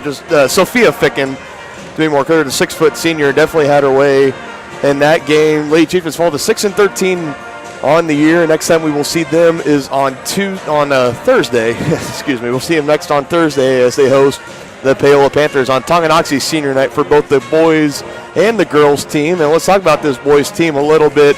Probably one of the strangest games that I could truly remember. Last Tuesday, they played the bottom team in the Frontier League, Spring Hill Broncos, at 4-13. They were coming into that game. Tonganoxie coming in 10-7. They were looking to finish on a nice little winning streak before the playoffs. Were in prime position to be able to host not the first 2 playoff games that they could potentially play, to have both of those played at Tonganoxie High School. But those back-to-back losses, remember, they played Monday on Valentine's Day against Topeka Hayden. It's a game we did not cover here on Tonganoxie Sports Live. They got beat in that one, got beat pretty bad too. And then they had the upset on Tuesday where Andrew Wilson, Luke Metcalf, I'm not sure if you're still having nightmares about him or not, but Luke Metcalf for Spring Hill, hats off to that young man. He held Andrew to 4 points the entire night. And he scored 18. 28. He scored 28, putting up 7 3-pointers. Wow. On the night. It was 6 or 7. Yeah. I think he had 6, and then you flip it over on the flip side, like we talked about. Andrew Wilson held to 4 points. Zane Novotny, 5 points. It was totally unheard of. Yeah. What was also unheard of is Mikey Conroy going off for 7 3-pointers and 28 points as well. So I look for those two, Andrew Wilson and Zane Novotny, to go off tonight. Yeah, and I really do. And they look like they're on a mission in warm-ups. Yeah, and you kind of beat me to the punch there, partner. Such a strange game. Now they dropped to 10-8. They play tonight against Ottawa. Again, second time they faced Ottawa as well, and they beat them by about 15 points last time they played earlier in January. Obviously, two teams a little bit different since then, and then when you play a team the second time, you're just more familiar. You know their strategies as well. You know who their best players are as well. But, yeah, I mean, it's got to be a revenge night for 13 and 23 out there. If it's not, I don't know what else it could be. Yeah, and they're seniors, so they need to get payback here. Yeah, I would look for those two to just absolutely blow the top off this place tonight. But also, like we always talked about, you need players to step up. It can't always just be those two. Well, it was neither of those two the last game. But let's talk about like Mikey Conroy and Kyler Keatsman as well, also stepping up. Had a pair of 3-pointers in that game as well. I think finished with 9 or 10 points on the night. I mean, if you can pair that with your star players playing like they don't even have to play like spectacular. They just got to score more than 5 and 4 points respectively. 9 points in total between the two of them. And, I mean, you do that, I think, you're going to be really, really well off, especially barreling towards the postseason. And like we talked about, right now still a week left to go in the regular season, so matchups not solidified yet. It's still pretty fluid. But as of right now, if the playoffs were to start tomorrow night, Tonganoxie's the boys' first playoff game right now is set for Wednesday, March 2nd, next week on Wednesday, at home hosting the Baldwin Bulldogs. That would be their first round matchup as of right now. If they were to win that game, unfortunately, we would have to go on the road Saturday to you-know-who, Bishop Miege. Yeah. Which, by all means, we want to avoid that as much as we can. So there's still a lot could change between now and next Wednesday, but just as of right now, just wanted to give you guys an update. The AD, Cody Witt, he sent me an email while I was at school this morning. He said, this is kind of where it stands right now. I'll keep you posted. So that's kind of where we stand right now. So if Tonganoxie can pick up a couple wins, one tonight, and then they got another tough one on Thursday. Paola, who's already locked up the Frontier League. Yeah. Paola's tough. Yeah, Paola is really tough. But if you can pull off a victory against them, and you can go to 12-8 on the year, I mean, and this team can do it. Pretty solid. Yeah, they really can.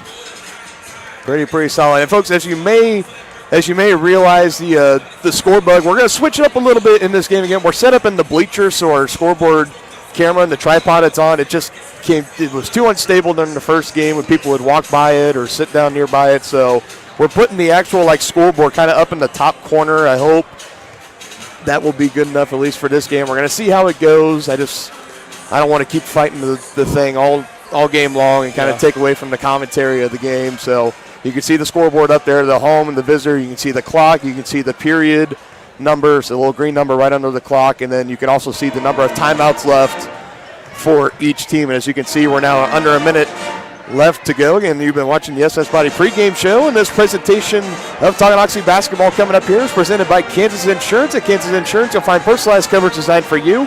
As an agency, they believe in taking time to issue personal care and attention to each individual client. To see how Kansas Insurance can help you protect what matters most, give them a call at 913-369-6600.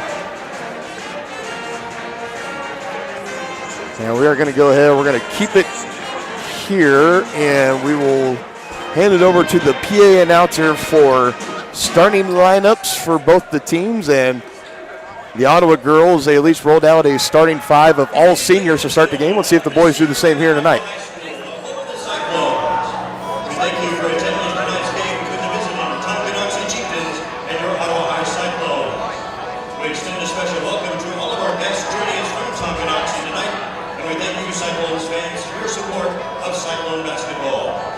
We do encourage you to remain seated at halftime of tonight's game and enjoy a performance from the Cyclone dance team, a special recognition and entertainment provided by the Ottawa High Pep Band. We do remind you this interscholastic sporting event is part of a student's educational experience, and there's no place for poor sportsmanship.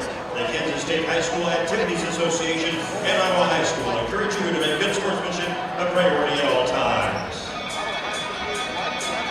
Now, let's meet the starting lineups for tonight's game. First, for the visiting Tonganoxie Chieftains, a 6'2 senior, number 12, Tyler Keatsman. A 6'2 senior, number 13, Andrew Wilson. A 6'4 junior, number 14, Caleb Clark. A 5'8 senior, number 22, Lucky Conroy. And a 6' senior, 23, Zane Levatley. The head coach of the Tonganoxie Chieftains is Bill Jones. And now, the 6 seniors for your Ottawa High Cyclones. A 5'11 senior, number 2, Chase Blumer. A 5'10 senior, number 10, Andrew White. A 6'1 senior, number 12, Noah McCullough. A 5'10 senior, number 22, Austin Mitchell. A 6'1 senior, number 23, Reese Vogel. And a 6'1 senior, number 15, Brett Hale. The head coach of the Ottawa Cyclones is Cliff McCullough.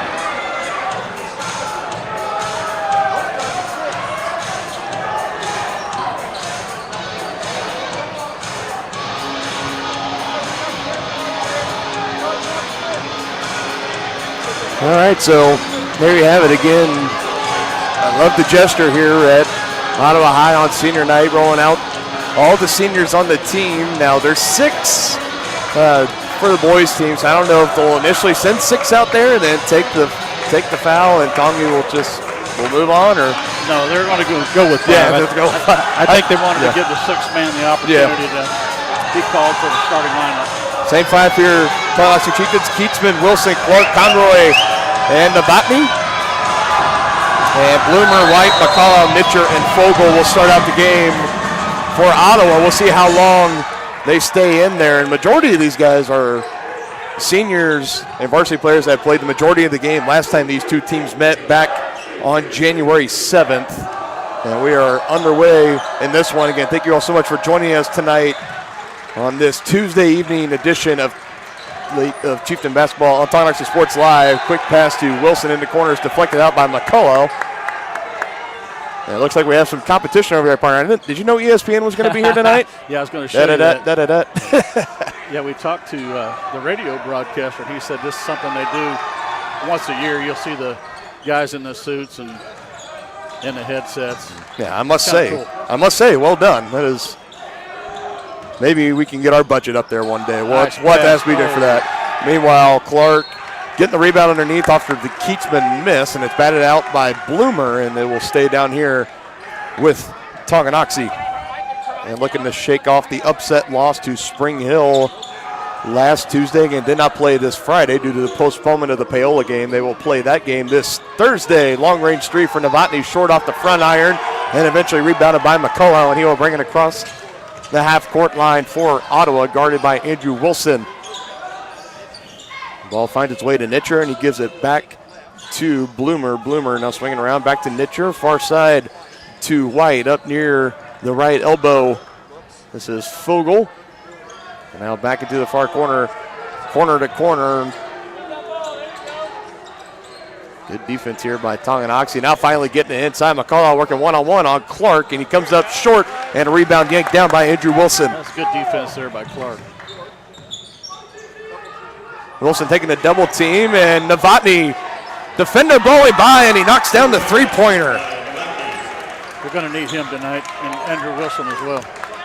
And that was an easy relic-worthy play there. Again, you can text THS to 816-406-0051. Get that highlight of that Zane Novotny three-pointer sent right to your phone and save it right to your video roll, getting the defender off his feet, just watching him blow by and then knocking down the corner three without batting an eye. And now coming away with the steal, this is Kyler Keatsman with it. He's got Conroy on the right, but he's going to go ahead and take it himself, but they're going to say he walked with it first.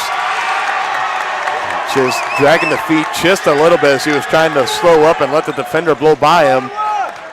And a turnover for Tonganoxie, 6:08 left to go in the opening quarter.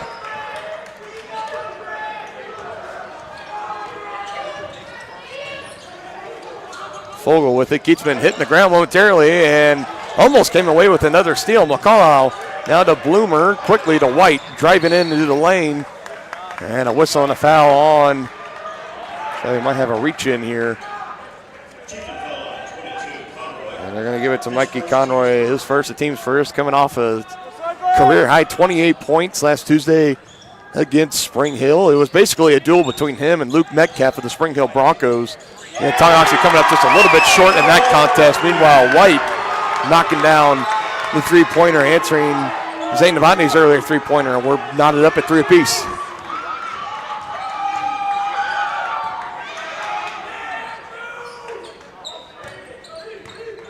Conroy with it and trying to bounce it over to Novotny, deflected out near the Ottawa bench.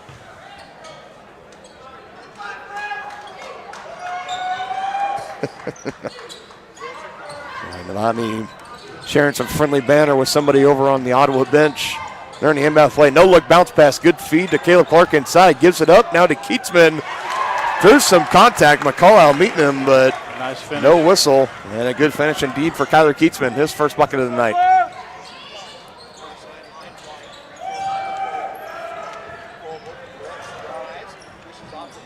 Out in the corner, Bloomer now getting it down low to no good. Blocked by Keatsman. So Nitcher not able to find the bucket on that one. A good block, good recovery by Kyler Keatsman. And now Tonganoxie coming back the other way with it. This is Novotny kicking it up top to Wilson. Back to Novotny, NBA range three.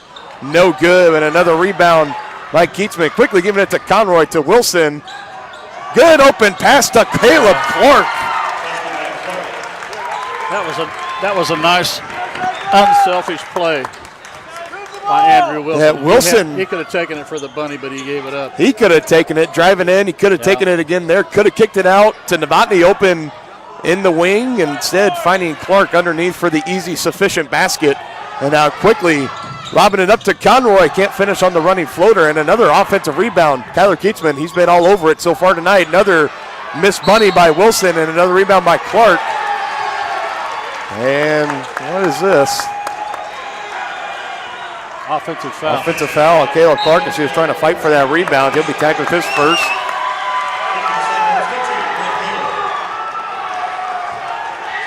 And number 15, Brett Hadel, will check in for Ottawa. Another senior on this team. McCullough back out to Bloomer. Head fake, taking the screen, trying to get away from Novotny to Hadel in the corner. And Novotny intercepting that pass. Going to take it himself. Bloomer in pursuit behind and count the basket. And Novotny took a little bit of a hard fall. His teammates help him up, though. Yeah, it looks to be all right. Worried he might have hit his head on the court, but all is well. No harm, but still going to be a foul. And it'll be the first foul of the game for Chase Bloomer. And he'll get checked out of the game. And number 5, Jake Titus, will come in for him. Say that fast, real 5 times. I tried to say it slow once, and I still stumbled. Novotny looking to finish the three-point play, and he does. 6 points early on for Zane. Already more points than he had the entire Spring Hill game.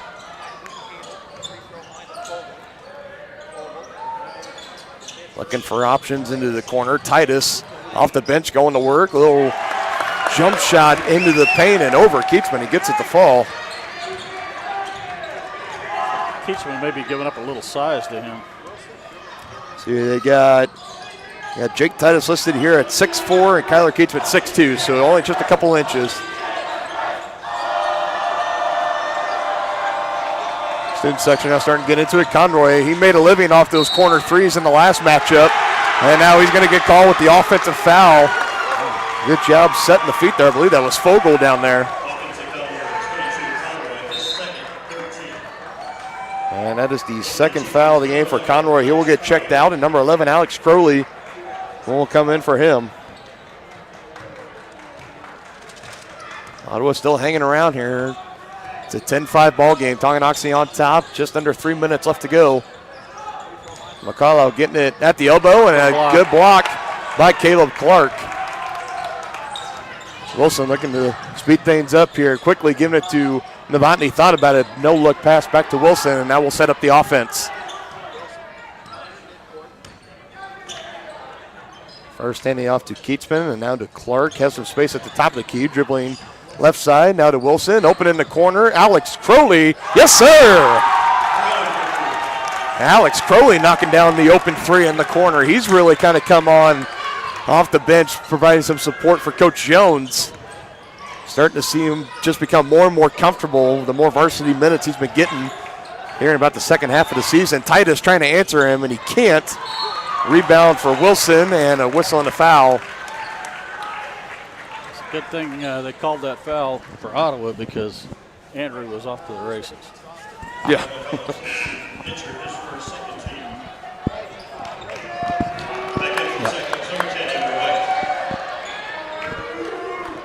So they give that foul to Fogel. That's his first of the game. The second team foul for Ottawa. Approaching 2 minutes left to go in the first quarter. Devontae nonchalantly bringing it across. White back into the game for the Cyclones. Crowley off his made three-pointer, giving it to Caleb Clark. Titus all up in his face now in the far side corner to Novotny. And back up top, Wilson, and we'll reset the offense.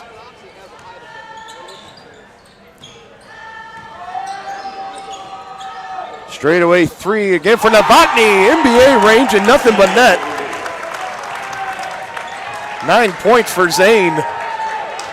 And he's really starting to feel it. You can just see the swagger oozing out of him and almost coming away with a steal there. But we had a whistle first, and that's the first foul of the game on Alex Crowley.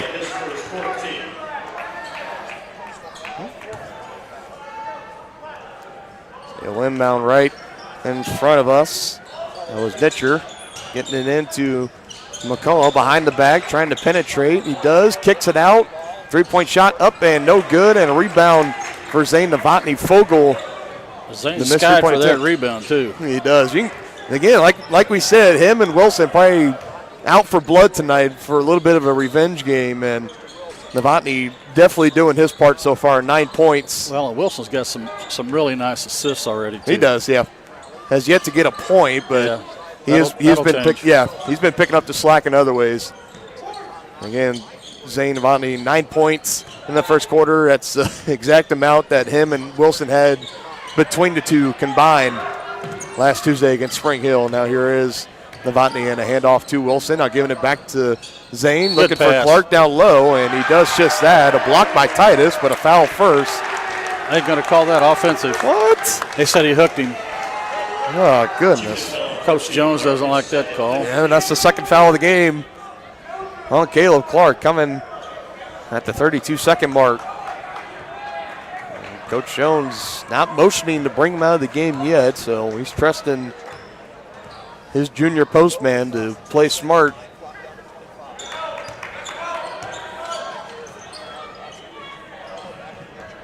Tonganoxie an 11-point lead, looking to close out strong here. Not allowing much. Tight defense here. And Tonganoxie McCullough with it up top, trying to blow by into Wilson. Little spin move. It can't finish. Tipped out by Keatsman, but right to Nitcher. But the buzzer has sounded, but again, for the second time tonight, we're going to have a whistle right before the buzzer sound, and that was Fogel that had it, was trying to get that pass off.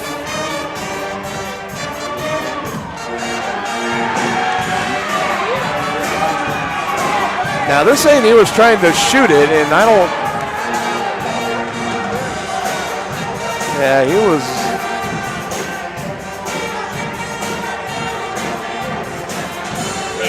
Coach Jones and Coach Pinson right over there, not liking the call from the official. Meanwhile, this stands as the second foul of the game for Alex Crowley.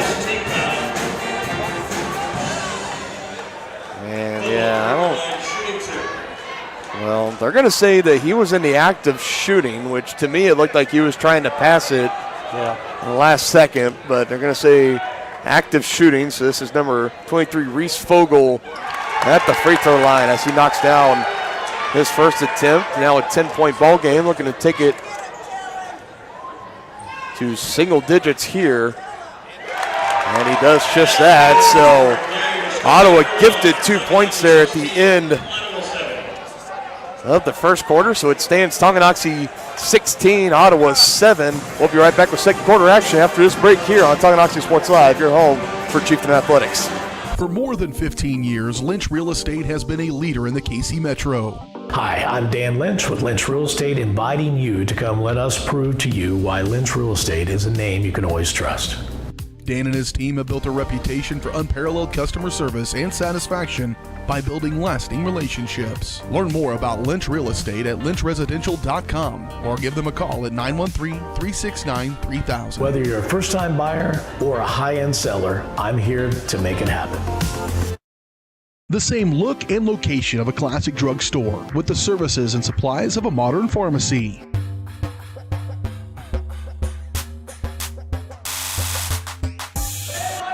Sorry to cut the commercial short there for the downtown drugstore, but we're ready to go here in the second quarter. 16-7 lead for your Tonganoxie Chieftains. Getting Dylan Funk, joined alongside Dennis Drenna here. The final road game of the regular season before the final home game of the regular season this upcoming Thursday against Paola. More on that a little bit later, but back to action out on the court. And this is Titus, long range two, and a good box out and a good rebound by Kyler Keatsman.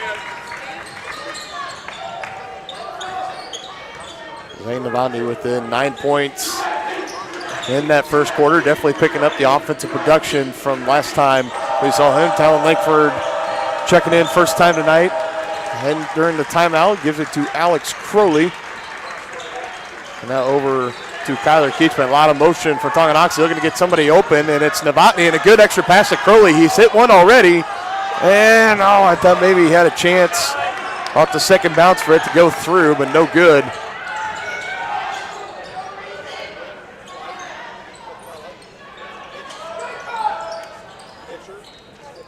Nitcher to McCullough, a little head fake, got Wilson to bite momentarily, and now Titus down low to Fogel, who shot the free throws as time expired at the end of the first quarter.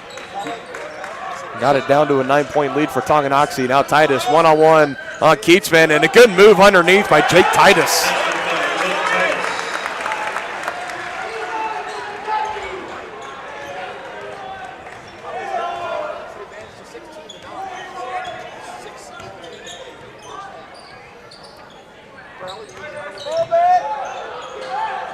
Early giving it off to Nemani. He'll dribble it back out, set up the offense, dribbling right, now crossing up Titus, give back to Wilson, getting a little head fake, now kick back out again to Nemani. Wilson is still yet to score a bucket here, but you got to imagine that drought will be ending soon. That pass deflected, a good recovery by Langford.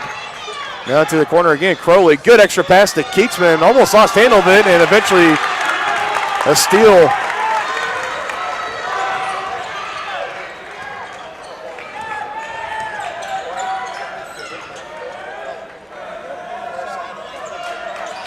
Nitcher looking for an option. You pass it to McCullough. Wasn't looking at it initially. Now down low, back inside to Titus. A little bit of help.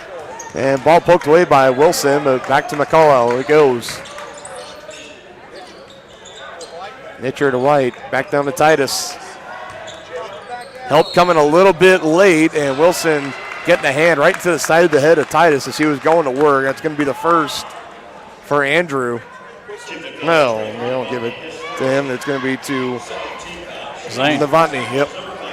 That'll be his first, though. So Jake Titus at the free throw line. 2 shots on the way. First attempt is good.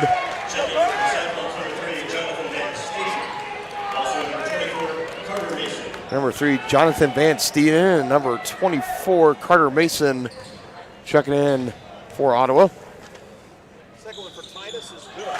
And the second free throw falling for Titus, 6 points. Leads all scorers for Ottawa so far. It's been him, Fogle, and White, the only Ottawa players with points.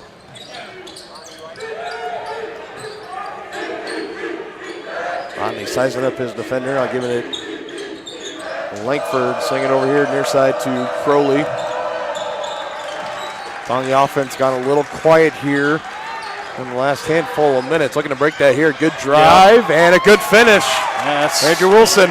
That's what we normally see out of Andrew, with that driving that left-hand side and finishing strong. Vintage Andrew Wilson, shall we say. Yes. He knows traditionally, I believe he's right-handed, but he loves dribbling over to that left side. He really does. And finishing with that left hand. Meanwhile, Titus missing underneath, gets his own rebound. And again, Titus is a handful. Yep, 8 points so far. Caleb Clark will be checking back into the game next stoppage. Crossover. Ho, ho, ho, ho! And the stare down. And Coach Jones calling a timeout. Oh, that's cold. And I think if you're the coaches, you kind of saw them there saying, be careful, but also hell of a shot. Yes, that was awesome. 12 points on a night now for Zane Novotny. We'll be right back out of the timeout here on Tonganoxie Sports Live, your home for Chieftains Athletics. Buying a bigger home. A 4-bedroom, but, with room to grow. Your ocular cavity is malfunctioning. Because we want kids. Calculating offspring life insurance. No, wait, we only have a cat. Calculating farm insurance. Is there somebody else who can help us? Only a human who knows you can create a plan that's right for you. That's why for 80 years we've built relationships first and plans second. It's your future. Let's protect it. Contact Farbeer agents Tex Vandervoort and Jerry Sanders from Tonganoxie today. Trendy tees, fun fashions, team threads, and even candy for the kids. That's the Rustic Heifer in Tonganoxie. The Rustic Heifer is helping make Tongi a boutique lover's paradise. One-of-a-kind, handmade, locally sourced decor, clothes, and accessories. Find the right style for a night out on the town or the best fan gear for the big game. Support local, shop local. Find them on Facebook at Rustic Heifer Boutique and Custom Gifts, or stop by 616 East 4th Street in Tonganoxie. Back here live on Tonganoxie Sports Live out of the timeout from Coach Jones. Tonganoxie 4 timeouts remaining. Ottawa still with all 5, under 4 minutes left to go here now in the second quarter. Zane Novotny having himself a game so far. 12 points, 9 from three-point range, and that last one where he crosses up the defender, shakes him loose, knocks down the three-pointer, and he stared him down. Just a really cool moment right there, and it was so funny to kind of see when he was coming over to the bench. The coaches first came over to him and said, you got to be careful, don't get a technical, don't get any unnecessary fouls, and here he is again. coming away with the steal when nobody was looking, and an easy layup down at the other end. But in the same breath, the coach is telling me, oh, that's a hell of a shot you just made, and that was a nice steal he just had there, and that was Van Steeden with it. Nobody was even looking, and meanwhile, Jake Titus just keeps going to work. Showing off his range there. He has 10 of the 15 points for Ottawa. So outside of Jake Titus, Tonganoxie has done a great job of locking everybody else down.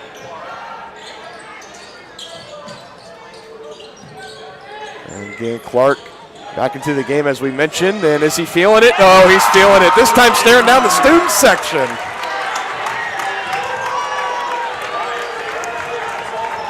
And as the gentleman next to me just said, he's on fire. No question about that. McCullough driving baseline and finishing.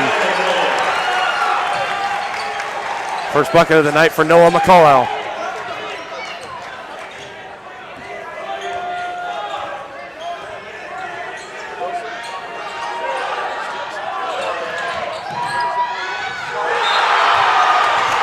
And blocked. And now it's going to go to the line for whistle. two. Yep. First foul for Titus, a 13 foul for Ottawa.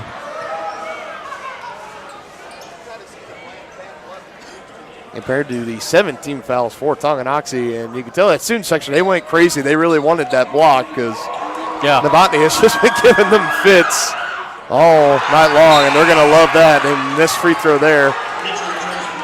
Handful of substitutions coming in. Nitcher coming in for Ottawa, and then Keatsman, Conroy, and Holthouse in for Crowley, Langford, and Clark for Tonganoxie. Second free throw incoming for Novotny. And gets it to fall.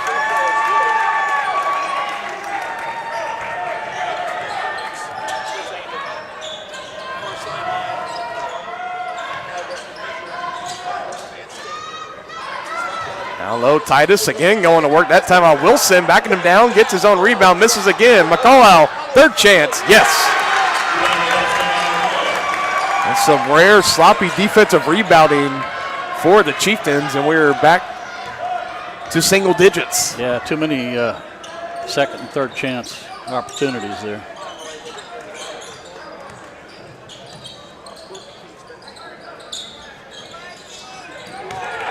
And a steal, come back the other way. Van Steeden still doesn't have a full hand on it. Gives it to McCullough, and a block by Holthouse, and Novotny gets it.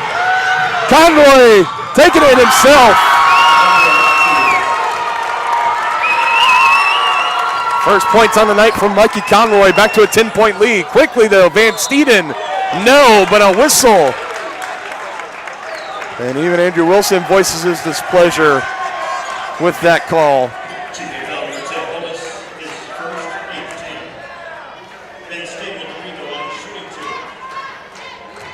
First foul of the game for Holthouse, the 8th team foul for Tonganoxie. So Ottawa in the 1-1 bonus momentarily. This was a shooting foul, so 2 free throws regardless.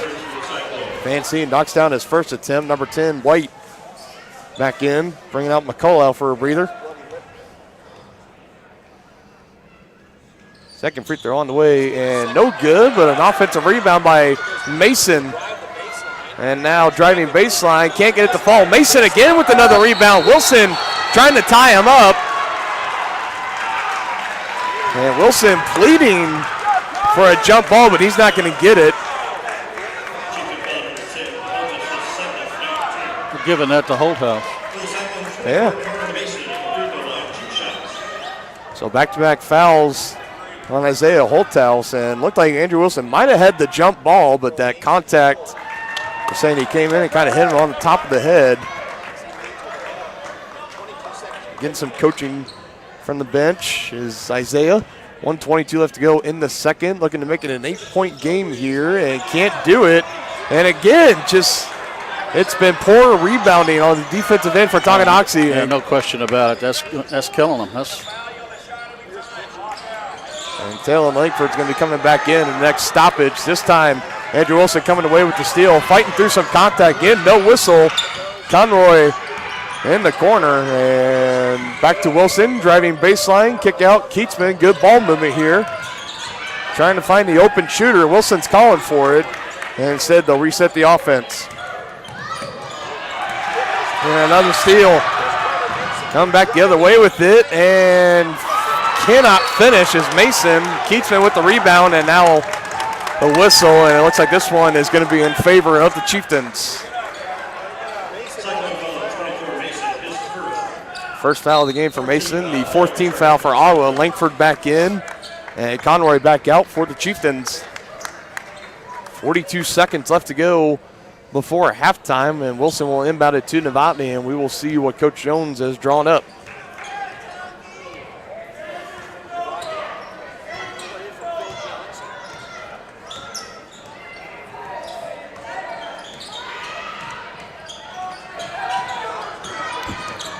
Handoff now to Keatsman, guarded by White, hands it to Wilson. McCullough right in his hip pocket.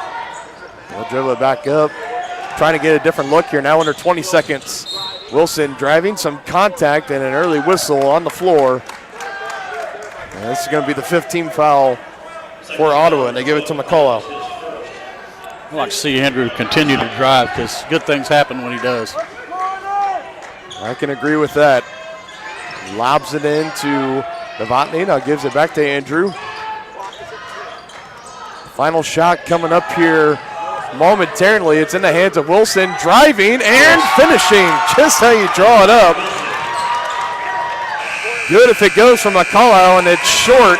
And Tonganoxie will head to the locker room, up by 11, 31-20 over the Ottawa Cyclones. We'll be right back with the White Birch Properties Realty Executives halftime show right after this break here on Tonganoxie Sports Live, your home for all of Chieftain basketball. Midwest Chiropractic Center in Tonganoxie is ready to get you back to being the active, energetic person you want to be. Midwest Chiropractic offers a friendly and caring environment with the most comprehensive care for your chiropractic, rehabilitative, and fitness needs. Dr. Robert Shook and Dr. Daniel Haug at Midwest Chiropractic Center care about your health, and their approach to care proves it. To schedule your appointment, call 913-369-0022 or visit them at mwchiropractic.com. The Tonganoxie Recreation Commission understands that the benefits of recreation are endless. Participating in community recreation is not only fun, but also healthy and educational. The Tonganoxie Rec Commission encourages all ages and abilities to participate in recreational activities. That's why they're continually working to develop programs for all the residents of Tonganoxie. To see the latest sports and program offerings and to get signed up, visit them at tongirec.org or call 913-845-3502. Wizard of Paws, now at their newly renovated location in downtown Tonganoxie, offers personalized pet grooming, doggy daycare, dog obedience, and socialization classes. At Wizard of Paws, your pet will get a one-on-one grooming experience, ensuring they return to you quickly and looking fabulous. And their new facility offers amenities and space that is doggone amazing. Call Wizard of Paws at 913-416-0255 or visit their new location at 406 East 4th Street in Tonganoxie. Learn more at wizardofpawspet.com. State purpose of visit. Well, our tractor's gonna kick the bucket this year. Searching internet for new bucket. I don't need a bucket. Provide bucket color preference. Red, yellow, taupe, magenta. Oh, wait. They are out of magenta. Robots don't know you. We do. I could do a quote on a new one. With us, getting the right coverage starts with a conversation. It's your future. Let's protect it. Contact Frontier agents Tex Vandervoort and Jerry Sanders in Tonganoxie today.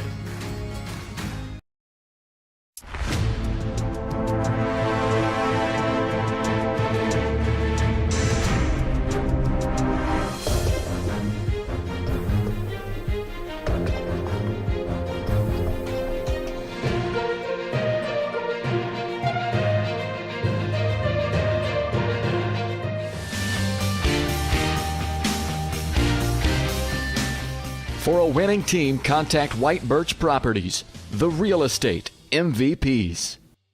Everything old is new again at New Again Outdoor Furniture Restoration in Tonganoxie. Keep your furniture for generations to come with a call to New Again. They specialize in restrapping, mesh sling replacement, welding, and powder coating of all outdoor furniture. New Again has an incredible eye for detail and a passion for environmentally friendly and cost-effective furniture repair. To learn more, go to newagainpatiofurniture.com. Call 913-764-1999 or see more of their projects on Facebook.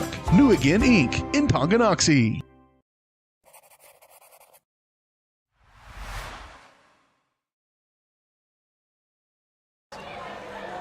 Halftime show tonight brought to you by White Birch Properties Realty Executives. On White Birch Properties, you have a team of agents ready to help you buy or sell that next house, and their team is ready to help lead you to success in the real estate game. Visit them at 1203 State Avenue, Suite B in Tonganoxie, or give them a call at 913-915-0451. If you have listened to Cyclone football, basketball, and let's run through the point totals real quick. Starting first for your Tonganoxie Chieftains, Skylar Gatesman, 2 points. Andrew Wilson, 4 early on. Caleb Clark and Mikey Carno each with 2 points apiece. Alex Crowley with 3. And then, of course, the big one, Zane Novotny, 18 points so far, 4 3-pointers in that first half alone. Do you think he took that game last Tuesday a little personally? Like he let his team down? Only scoring 5 points the whole game and now 18 in the first half of this one? Yeah. I told you, he looked like a man on a mission in warm-ups. Yeah. Him and Andrew Wilson both. I would say the same. Wilson, again, he's still with 4 points right now, but he's been getting it done other ways as well. He's been getting it down the defensive end and also getting some rebounds as well, and some nice assists as you added earlier on. And like we had talked about right now, there's senior night going on all throughout tonight, but right now the man that they called Gary, again, if you have come to any Ottawa high school sporting events, or if you've been to Tongi when we hosted Ottawa, you've probably noticed they have a radio guy there talking on the radio, and this is him. This is Gary.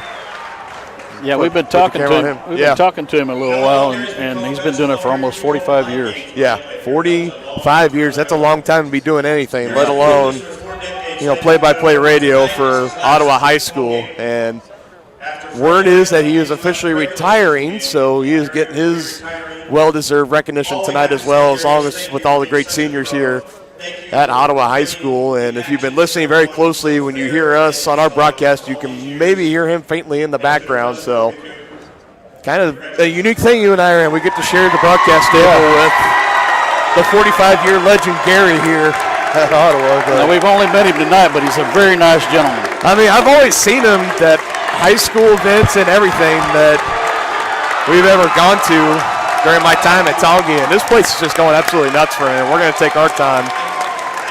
Give a round of applause. My honor to do this for so long for this great high school.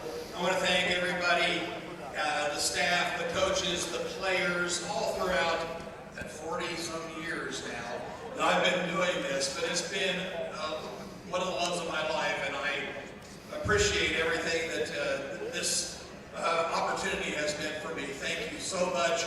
We've got a game to play, so I'm going to turn it back over. Let's go Cyclones. And not even a Cyclone fan, or you and I, but you can't help it. I mean, it's got to tip your hat to that. You got to tip your cap, and especially from myself wanting to be a broadcaster for a long time, like Gary. Maybe not radio in Ottawa for 45 years, but still, he has done a lot for this community, especially in the sports world at Ottawa High School. And congratulations to the man they call Gary here. And getting chanted off by the student section as he makes his way back to his headset here right next to us. And again, congratulations to you, sir. Even though we have just officially met you tonight and introduced ourselves, it has been...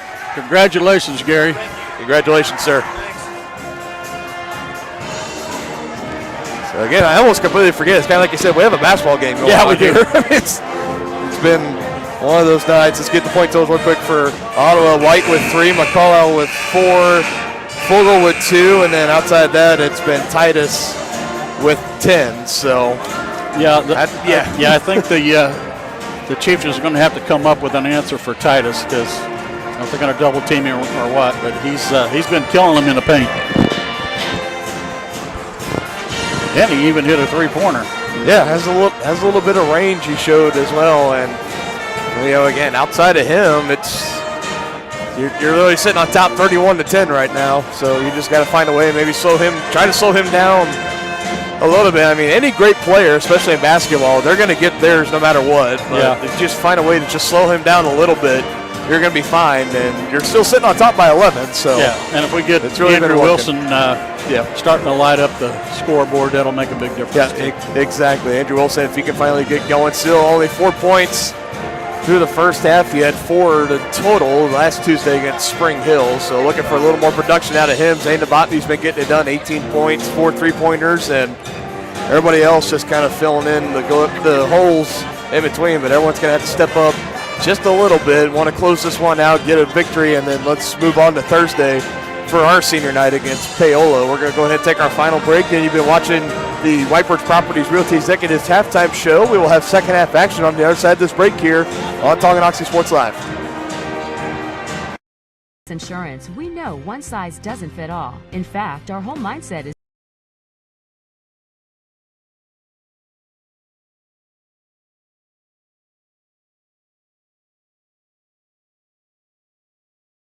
Insurance gets you the award-winning service and attention to detail that only an independent agency can provide. All across Kansas, we're here to help you manage and plan for all types of risk. Contact a local agent today. Kansas Insurance. Local, independent, serving you.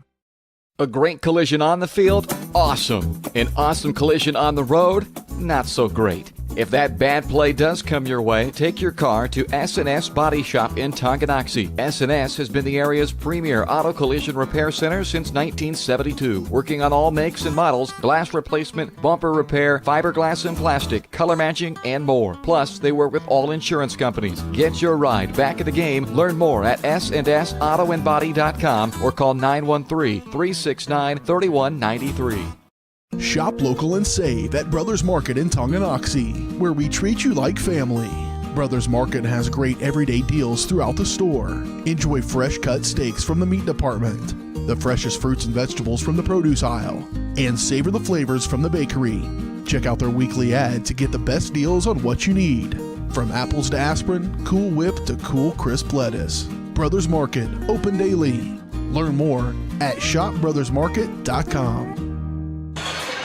This third and second half is brought to you by Community National Bank and Trust in Tonganoxie. Community National Bank offers a diverse mix of products and services to serve all of your financial needs. It's financing a new home, expanding your small business, to needing assistance with your retirement plans. You can learn more at their website, communitynationalbank.net.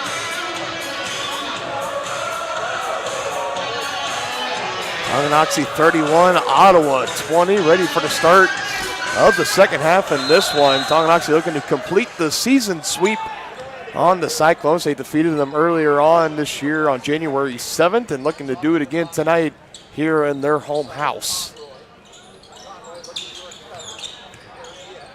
And we start with the ball to Conroy, and he bounces it up top to Novotny. Has it near the volleyball line, and he sets up the offense again, trying to take a screen. Lost the handle of the ball there, and now gives it back up to Wilson.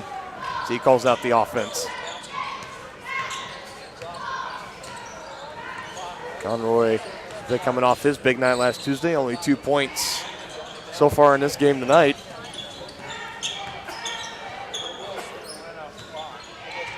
Wilson calling for a screen, one-on-one now on Nitcher, driving baseline into the corner, faking the pass, and again, one of those patented no-look pass. That one tipped, so it won't be an over-the-back.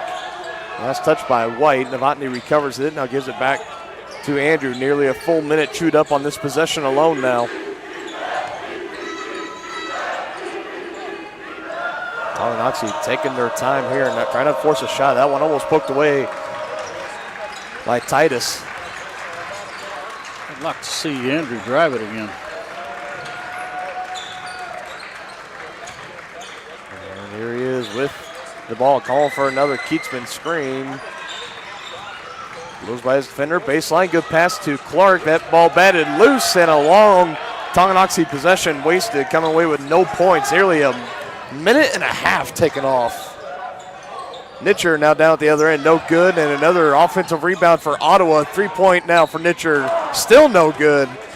They did everything but go in. And the lone man in the paint, Wilson, comes up with it, feeling the pressure from behind, and he kind of awkward stutter step kind of through the course of his pass off, and last tipped in by Titus, picking up where he left off in the first half, down to single-digit lead.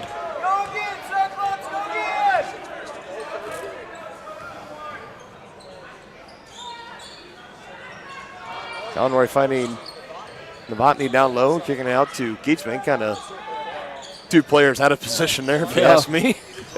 Clark drive in, kick out. Novotny, does he still have it? And that time missing.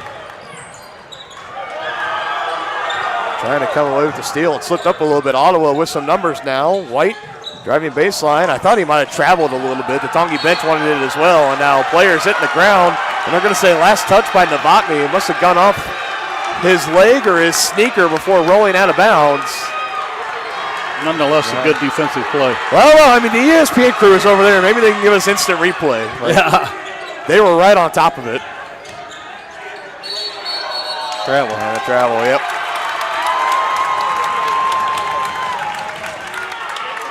Novotny still having some fun with the student section over there.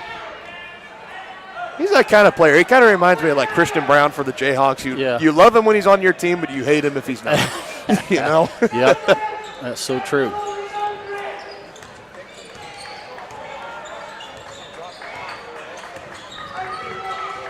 Conroy now dribbling with the right side, now giving it up. Wilson quickly giving it to Novotny, trying to shake loose of his defender. Good pass underneath to Clark, and a whistle and a foul on Ottawa. Let's see who they tag this one to. Down low, they're going to say that was number 22, Jake Nitcher. That's Nitcher's second, the first team foul of the half for Ottawa, and he will get checked out of the game, and Chase Bloomer will come in off the bench. Wilson will inbound as he's waiting for somebody to come open. He's got to get it in quickly here, and finally lobs it into the outlet. Mikey Conroy. Novotny spin moved, little jumper from the free throw line, and air ball, and trying to save it for going out of bounds and kind of crashing into the padding over there. He comes up just fine. And you know the student section's not going to let him. They're going to let him hear it. Yep.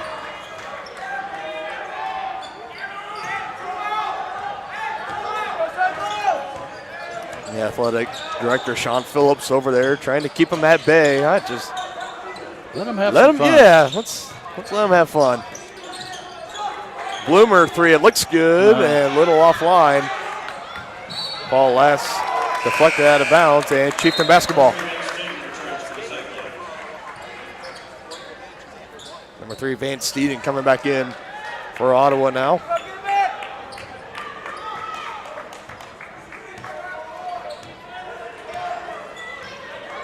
Lonnie bringing it across the timeline as we approach the halfway mark of the third quarter. Tonganoxie 31, Ottawa 22. Near side here to Conroy, taking the screen from Clark, not giving it back to him. Still swinging it around the horn here. Novotny dribbling it now. Bloomer guarding him, and now into the corner. Conroy now looking to penetrate near that baseline. McCullough on the defense, and he finds Wilson, blocked from behind. Yes! Trying to count the basket. Foul's going to be on Jake Titus, and Andrew Wilson letting out a little bit of a roar. Getting pumped up now. That's what we need.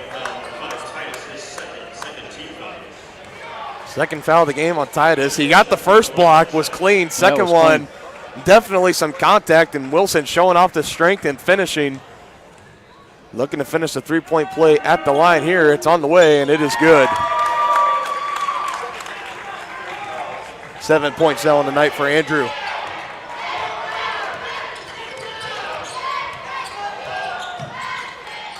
Honestly, they have threatened to make this a blowout a couple of times tonight, but Ottawa's been able to still keep in touch. Well, they are at home, and it's their senior night, so you're going to get everything they got. Not giving up that easily in this one. Still only down by 12 right now, and now coming away with the steal, Caleb Clark.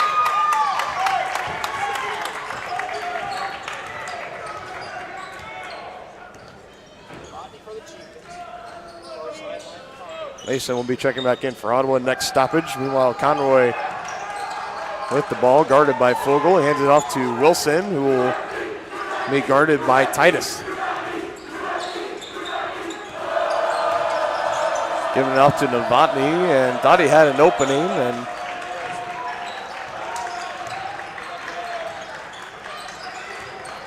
Keatsman pass at the elbow to Wilson for three, and short, and gets his own rebound. Fighting strong, good bounce pass, Kyler Keatsman. Wow. Unselfish play again by Andrew Wilson there. Could have easily had the two in the paint, but instead gives it to Kyler Keatsman. 4 points on the night for Kyler.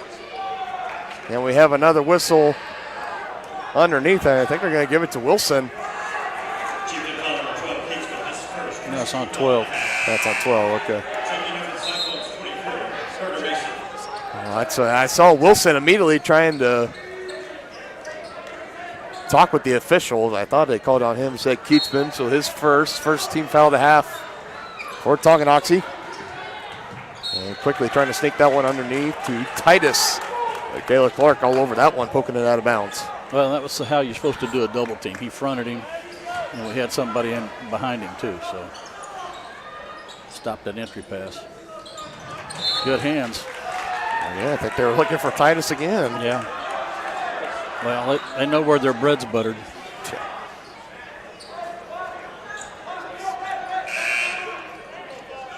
And the substitution here, Town Langford coming in for Mikey Conroy. As he will head over to the bench, get a breather.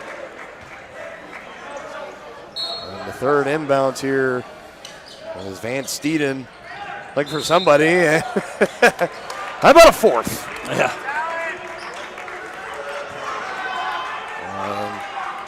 Langford thought he came away with the steal. They called the kickball. The official right there. Oh my goodness.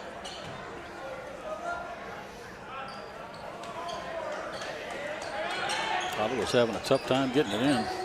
Finally, and it was to Titus. Yep. And an offensive foul called. So good job. Keatsman and Clark both in the area getting plowed over, and Wilson helping them both up and loving the effort from his teammates. Third foul of the game on Jake Titus, and he will probably get checked out. And no, they're actually going to go ahead and leave him in there as Nitcher comes in for Van Steeden. Well, they're not getting much production from anyone else, so I think they feel like they have to leave him in there. Yeah, he's got 12 points so far in the night. The rest of the team 10. So yeah, trying to feed it down low to Clark and just couldn't quite get a handle on it. Two out of reach. That was actually a pretty good pass by Lane. Titus driving baseline. He's fouled on the shot. I think they're going to give that to Kyler Keatsman, which would be his second. Every time I always say who they're going to give it to, they never give it to that person. I am terrible at this. Instead, they give it to Caleb Clark, and that will be his third. 1:46 left to go into third. No call to the bench yet as Titus comes up short on his first free throw attempt. Novotny already coming back towards the Tonganoxie bench, and Chase Bloomer coming down to join him. Meanwhile, Titus going 0 for 2 from the free throw line on that trip, short on both.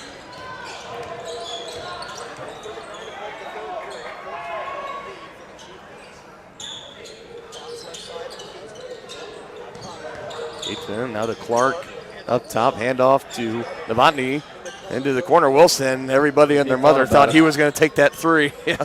You saw the Tongi bench get up, getting ready to signal for the three. And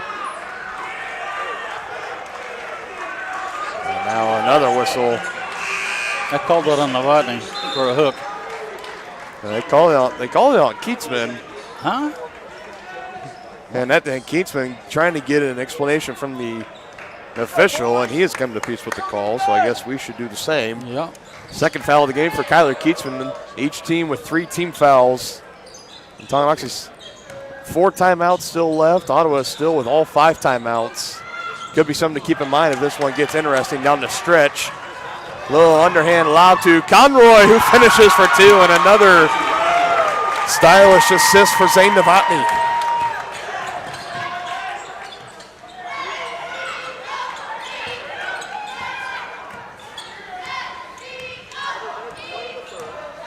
Largest lead of the night at 16 points for the Chieftains, really threatening to put the blowout in full speed, but McCullough making the jumper from the elbow. 6 points now for him, and now it's a 14-point lead. Under 30 seconds left to go in the third. Let's see if Tonganoxie will hold on to it for the final shot. I think that's the plan. What do you design up here? Who do you want to take the final shot? Well, if from the perimeter, you definitely want Novotny to take it. Under 10 seconds now. It's Clark with it. That was a good drive there. It was a good drive and a good effort. It's up to Titus. Good if it goes. Almost hitting off the back iron, but can't get it to fall. And we head to the fourth quarter. Tonganoxie 38, Ottawa 24. We will have fourth quarter action on the other side of the break here on Tonganoxie Sports Live. Of Tonganoxie, you'll find incredible care close to home. A friendly staff here for you when you need them, offering primary care for all ages, from general physicals and health exams to minor procedures and x-ray services, along with an overall patient education ensuring peace of mind that you're receiving the best care possible in a convenient, accessible manner. Visit lmh.org or call 913-845-8400 to schedule an appointment and learn more about the incredible primary care providers at Family Medicine of Tonganoxie, your partner for lifelong health. For more than 20 years, Kevin Gallagher with American Family Insurance has been serving area families and businesses. As members of your community, Kevin and his staff understand how important it is to be there for you, their trusted neighbors and friends. With locations in Tonganoxie and Kansas City, the Kevin Gallagher Agency is building stronger partnerships. Get a quote today by calling 913-369-4444. That's 913-369-4444. Home, life, auto, farm, and more. The Kevin Gallagher Agency, American Family Insurance.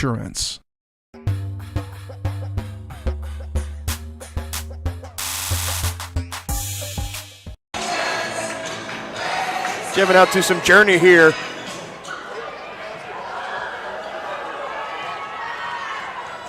A little bit weak on the course there from the student section. They did really good in the girls' game. They really kind of did. slacking there on that time around. Anyways, my name is Dylan Funk. I'm joined alongside Dennis Wren, my broadcast partner. 38-24 is our score. Tonganoxie on top of the Ottawa Cyclones. Final quarter of action in this one. Looking to go 0-2 against Ottawa on the season. 2-0. What'd I say? 0-2. Oh, God, doggone. 2-0. That's my fault.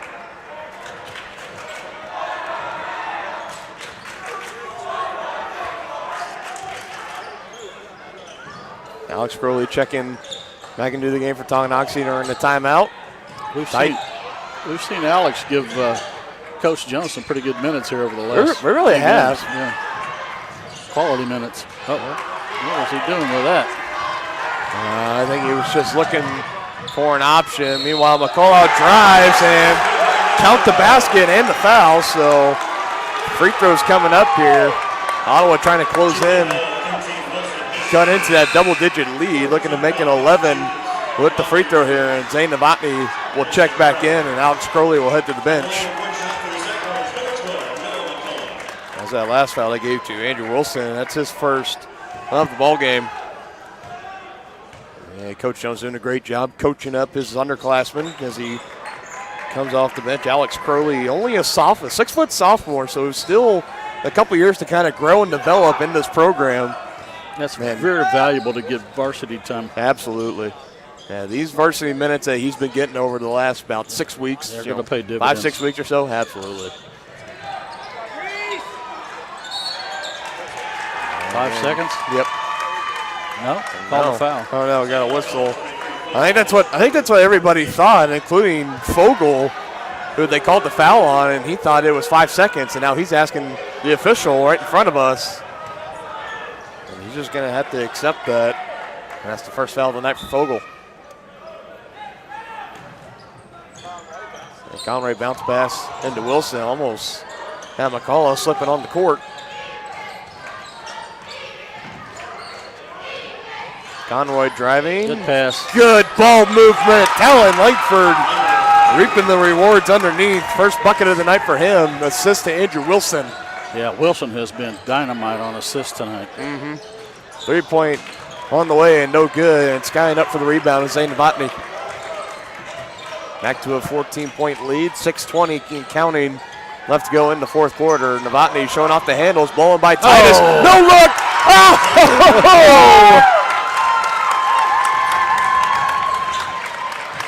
Again, folks, that's THS 816-406-0051. Just another beautiful assist from Zane Novotny to Talon Langford.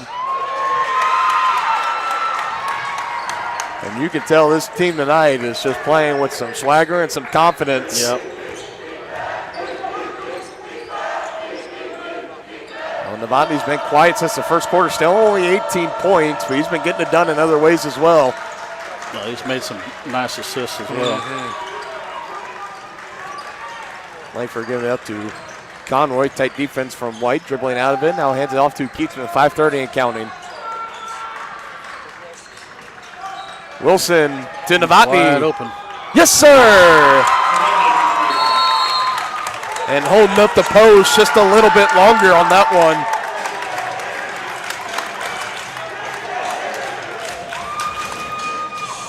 And we have a full timeout in Tonganoxie. 19-point lead, 45-26 over the Cyclones. 5:21 left to go here in the fourth quarter.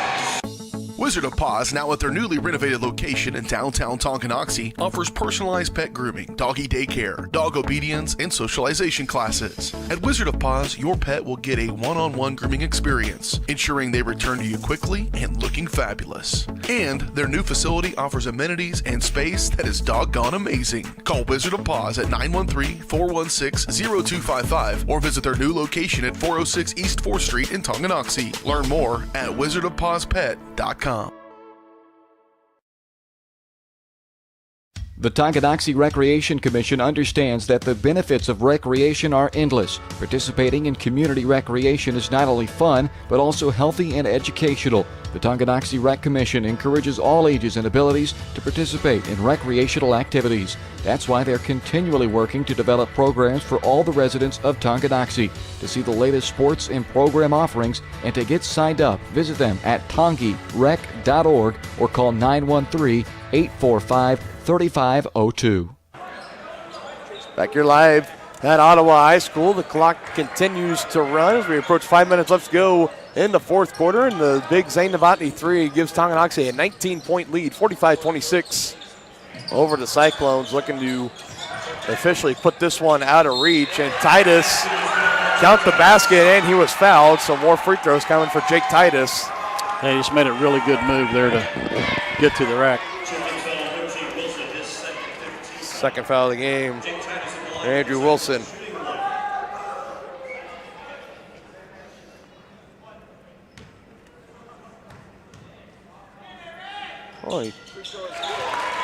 And finishing off the three-point play. That is only the 7th point that Ottawa has scored in the entire second half to this point. Shout out to the Tongi defense. It's been a 14-7, doubling the score in the second half for Tonganoxie.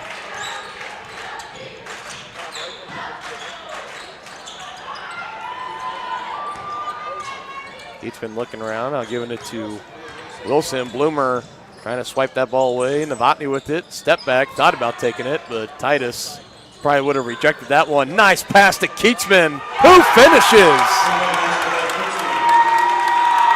7 points out for Kyler Keatsman, and the assists just keep piling up for Zane Novotny. Yeah, it's been the Zane Novotny show tonight. Yeah, really. McCullough trying to answer, and he does.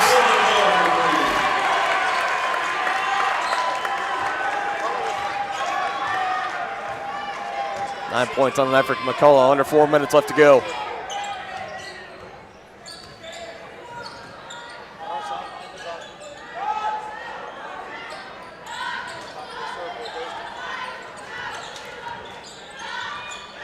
Conroy up top, guarded by Nitcher, still dribbling around, looking for somebody. Now picks up his dribble, tight defense, and he gives it to Keatsman. Another no-look assist. Oh my goodness.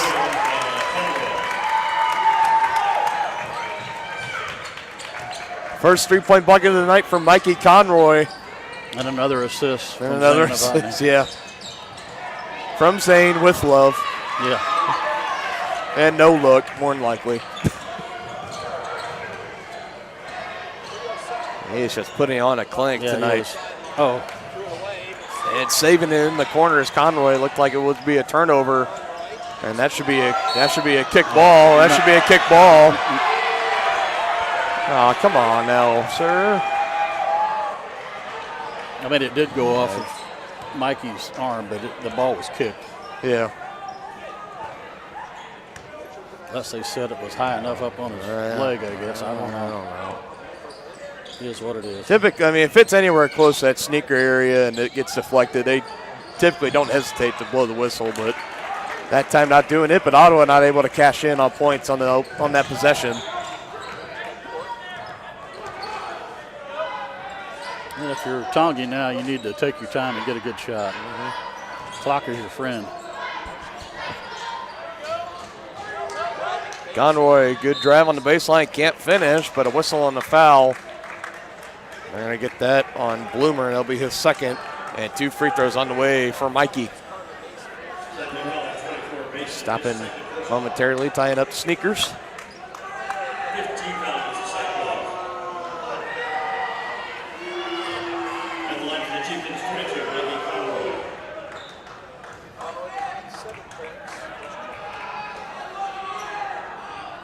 First free throw on the way and good. Vogel coming in for number 24, Mason, for Ottawa. Clock showing 2 minutes, 20 seconds here in the fourth quarter. An even 20-point lead for the Chieftains and make it 21.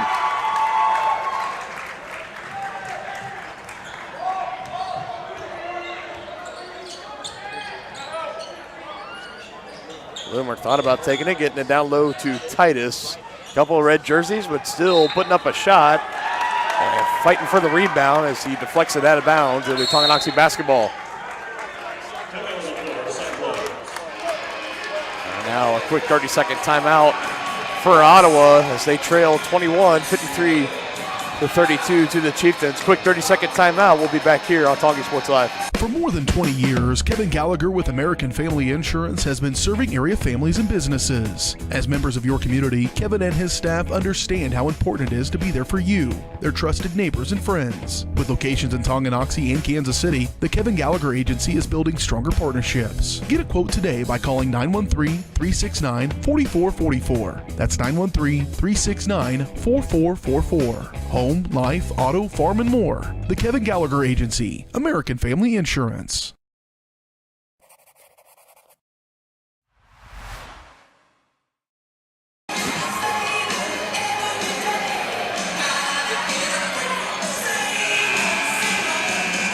Typically been a Journey playlist tonight, but yeah, stepping away from that.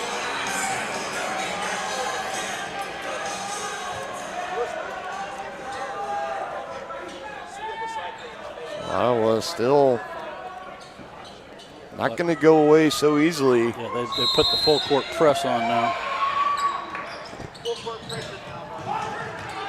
And coming away with the steal, that was Bloomer. Now he gets the ball right back. 3-point shot up and on the way. Too strong. And into the hands of Keatsman. He gives it to Wilson and an easy outlet to Mikey Conroy in the easy 2. That's how you break the press. Yep. Bloomer again. Still no good. Titus bats it out. He has just been a one-man wrecking crew. Keatsman trying to save it from going out of bounds, and Wilson and Novotny were ready to put up the easy 2. Looks like a substitution for Ottawa. This is number 15, Brett Hadel. Checking back into the game with the sweet man bun, might I add. Chase Bloomer knocking down the 3-pointer.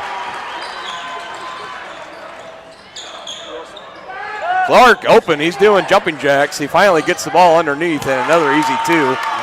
Yep.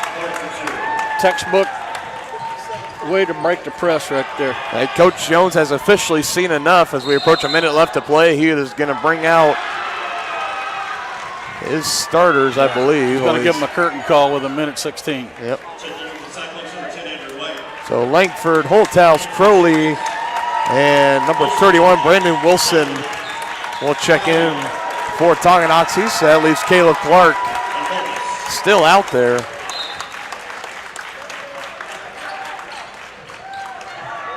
So now Caleb Clark, still only a junior, kind of becomes the head guy out there now. Brandon Wilson coming away with the steal and can't finish. Now on the other end, just a little too strong on the layup. Hadel for 3. And I think that student section might have gone nuts if he would have knocked that down. He's going to get another crack at it. And no good. And he appears to be the Ottawa Chris Tehan, I guess. Speaking of that, KU K-State playing right now as we speak. You know, I could have actually gone to that game. All right. Yep. Well, it could have been a good one to go to, but KU usually handles them at home. Oh, they had a close one down in Manhattan, though. Yeah, they did. Right. The Octagon of Doom is nothing on the fog, though. Let's be honest. Yeah. But I also said, you know, where else would I rather be than Ottawa High School? There you go. Why would I want to be at the Sunflower Showdown at Allen Fieldhouse? Now Ottawa kind of following suit, giving all the seniors for Ottawa kind of their curtain call.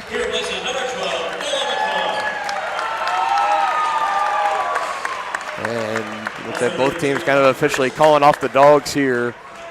And we will wrap up the remaining 48.5 seconds of this game. And Brett Hadel, the final senior, getting checked out.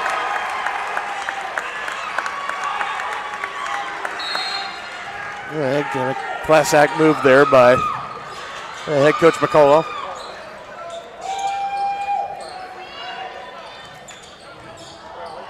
Now this is Crowley with the top, now picks up his dribble. He's going to need some help. Bounce pass to Langford, underneath to Holthouse, puts it up, and easy bucket for Isaiah, his first bucket of the night. You take a look out there right now, and this is, after this year, this is the future of Chieftain basketball. Oh, and look at that. Yeah, look at that. Look at that. Again, the sign. Thank you, Gary. So long from Ottawa High School on the final call here on his home court, and now the Gary chants from even the Tongi student section showing their respect. It has truly been special calling this game alongside him tonight. I think it really has. This has been awesome. Great show of respect from there. Anyways, final score, Tonganoxie 59, Ottawa 37. Chieftains 2-0 on the year. There you go. Against Ottawa. As they complete the season sweep, most likely won't see them again unless there's something crazy happens in the playoffs. You never know. But if they were to meet, obviously that matchup would happen at Tonganoxie High School. Let's run through the point totals real quick. Kyler Keatsman, 7 points. Andrew Wilson also with 7 points as well. Caleb Clark with 4 points. Mikey Conway coming on late with 11. Hayden Novotny, fast start, kind of fizzled out later, finishing only 21. Alex Crowley still with 3 points. Langford, a pair of buckets, 4 points, and Isaiah Holthouse, 2 points, as he got that layup there in the final minutes of the game. So crowd is rolling out here, and all the seniors and Gary being celebrated all throughout tonight. Again, congratulations to Gary on his retirement and all the seniors. You know, it's you and I, we were both seniors at one point in our high school careers. Me, much more recently than you, let's be honest. But still, you know what it's like when you walk off that field or that court or that mat for the final time. Yep. You and your wrestling background. And actually, by the way, I wanted to do this, and I hope people are sticking around. I want to give a special shout out to our Tongi wrestling teams, both of them, because this week and this weekend's going to be really busy for them. The state tournaments are starting up. The girls team, they're sending 4 total wrestlers. The 109 regional champion Taylor Lux, 170-pound regional runner-up Grace Steen, along with Madison Daniels and Anna Tochtrop. They're sending them to the state tournament starting tomorrow, and it'll go for the next couple days. So good luck to those ladies. And then on the boys' side, this past weekend they won the regional championship at Paola, so adding on to their league championship, they won. The number 1 overall 4A wrestling team is your Tonganoxie Chieftains. They won that tournament. They had a total team score of 202.5. The second place team had 163.5. Yeah, so that's domination. That is domination as well. 8 wrestlers qualifying, 5 of which. 8. That's strong. 5 of which individual regional champions. I'll list them off here. Braden Moore at 126. Noah Bailey, 132. Grayson Sontag at 138. Tyler Pankey, 170. Gabe Bailey at 182. And then Colton Brusvin, your 160 runner-up, Hunter Benedict, your 220 runner-up, and Wyatt Harris finishing in 3rd place at the 195. And also, more accolades rolling in, like we mentioned, senior Grayson Sontag, the number 1 wrestler in the 138 class in all of 4A. He was also named the Regional Wrestler of the Year, and Coach Brett Delich was named the Regional Coach of the Year. So we here at Tonganoxie Sports Live, we want to congratulate all the young men and women who will be representing our school at the state tournaments this week, and we wish them all the best of luck, and hopefully we're welcoming some state champions next week. Yeah, I hope so too. That's really special. Again, if you guys want, they do live stream all the wrestling events. Unfortunately, we can't be sent out. We got to pay like a ridiculous amount of money to go, but Keisha has their own streaming service. There's traditionally about 3 mats going in the state tournament. They have their own webcams for every single mat. You can go onto Keisha's website, go to the wrestling tab, and you can go to the state tournament information. It has all the brackets for both boys and girls for all the weight classes, and it will tell you what mat they'll be on and what time they will be on. The girls should all be there. The boys, you probably want to wait a little bit, probably until like Friday morning, Thursday night, you want to check. But definitely, if we got any wrestlers wrestling in the finals, they will have those posted probably the night before. And be sure to tune in. That state tournament's really special, too, because, they do run 3, well, actually, sometimes they'll run 5 mats. Yeah. But when it gets down to the consolation, 3rd, 4th place, and the championship, it's 1 mat in the very center of and they're in huge auditoriums.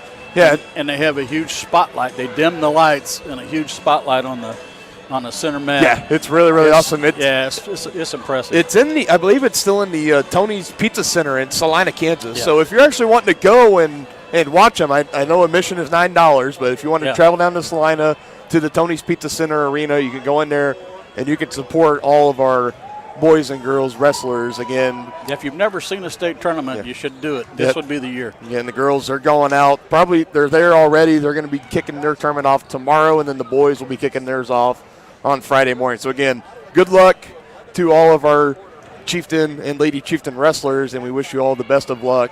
And hopefully we can be bringing in a couple of more champions this time next week. So we're going to wrap up our coverage here tonight. Again, Tonganoxie, the boys, winning 59-37. Over to Cyclones, moving to 2-0 on the year. Next time we'll be live on air is this Thursday, senior night, back at home at Tonganoxie High School as we host the Paola Panthers. So we will see you all then. On behalf of everybody at the Harris Media Services, our athletic director Cody Witt, head principal Mark Farrar, I'm Dylan Funk alongside Dennis Drin. Thank you so much for joining us tonight. Stay safe, and we will see you all on Thursday. Take care. You've been watching Tonganoxie High School Athletics on your new home for the Chieftains, Tonganoxie Sports Live. Tonganoxie Sports Live is presented by Kansas Insurance, locally owned and operated. Learn more at kansasins.com. Also by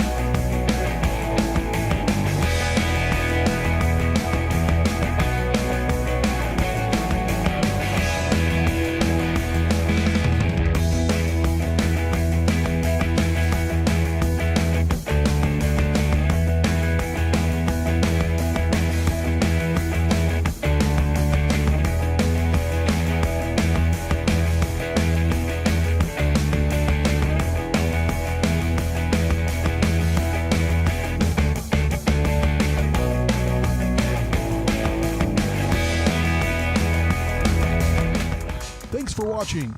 And be sure to catch every second of the action right here on your home for the Chieftains, Tonganoxie Sports Live.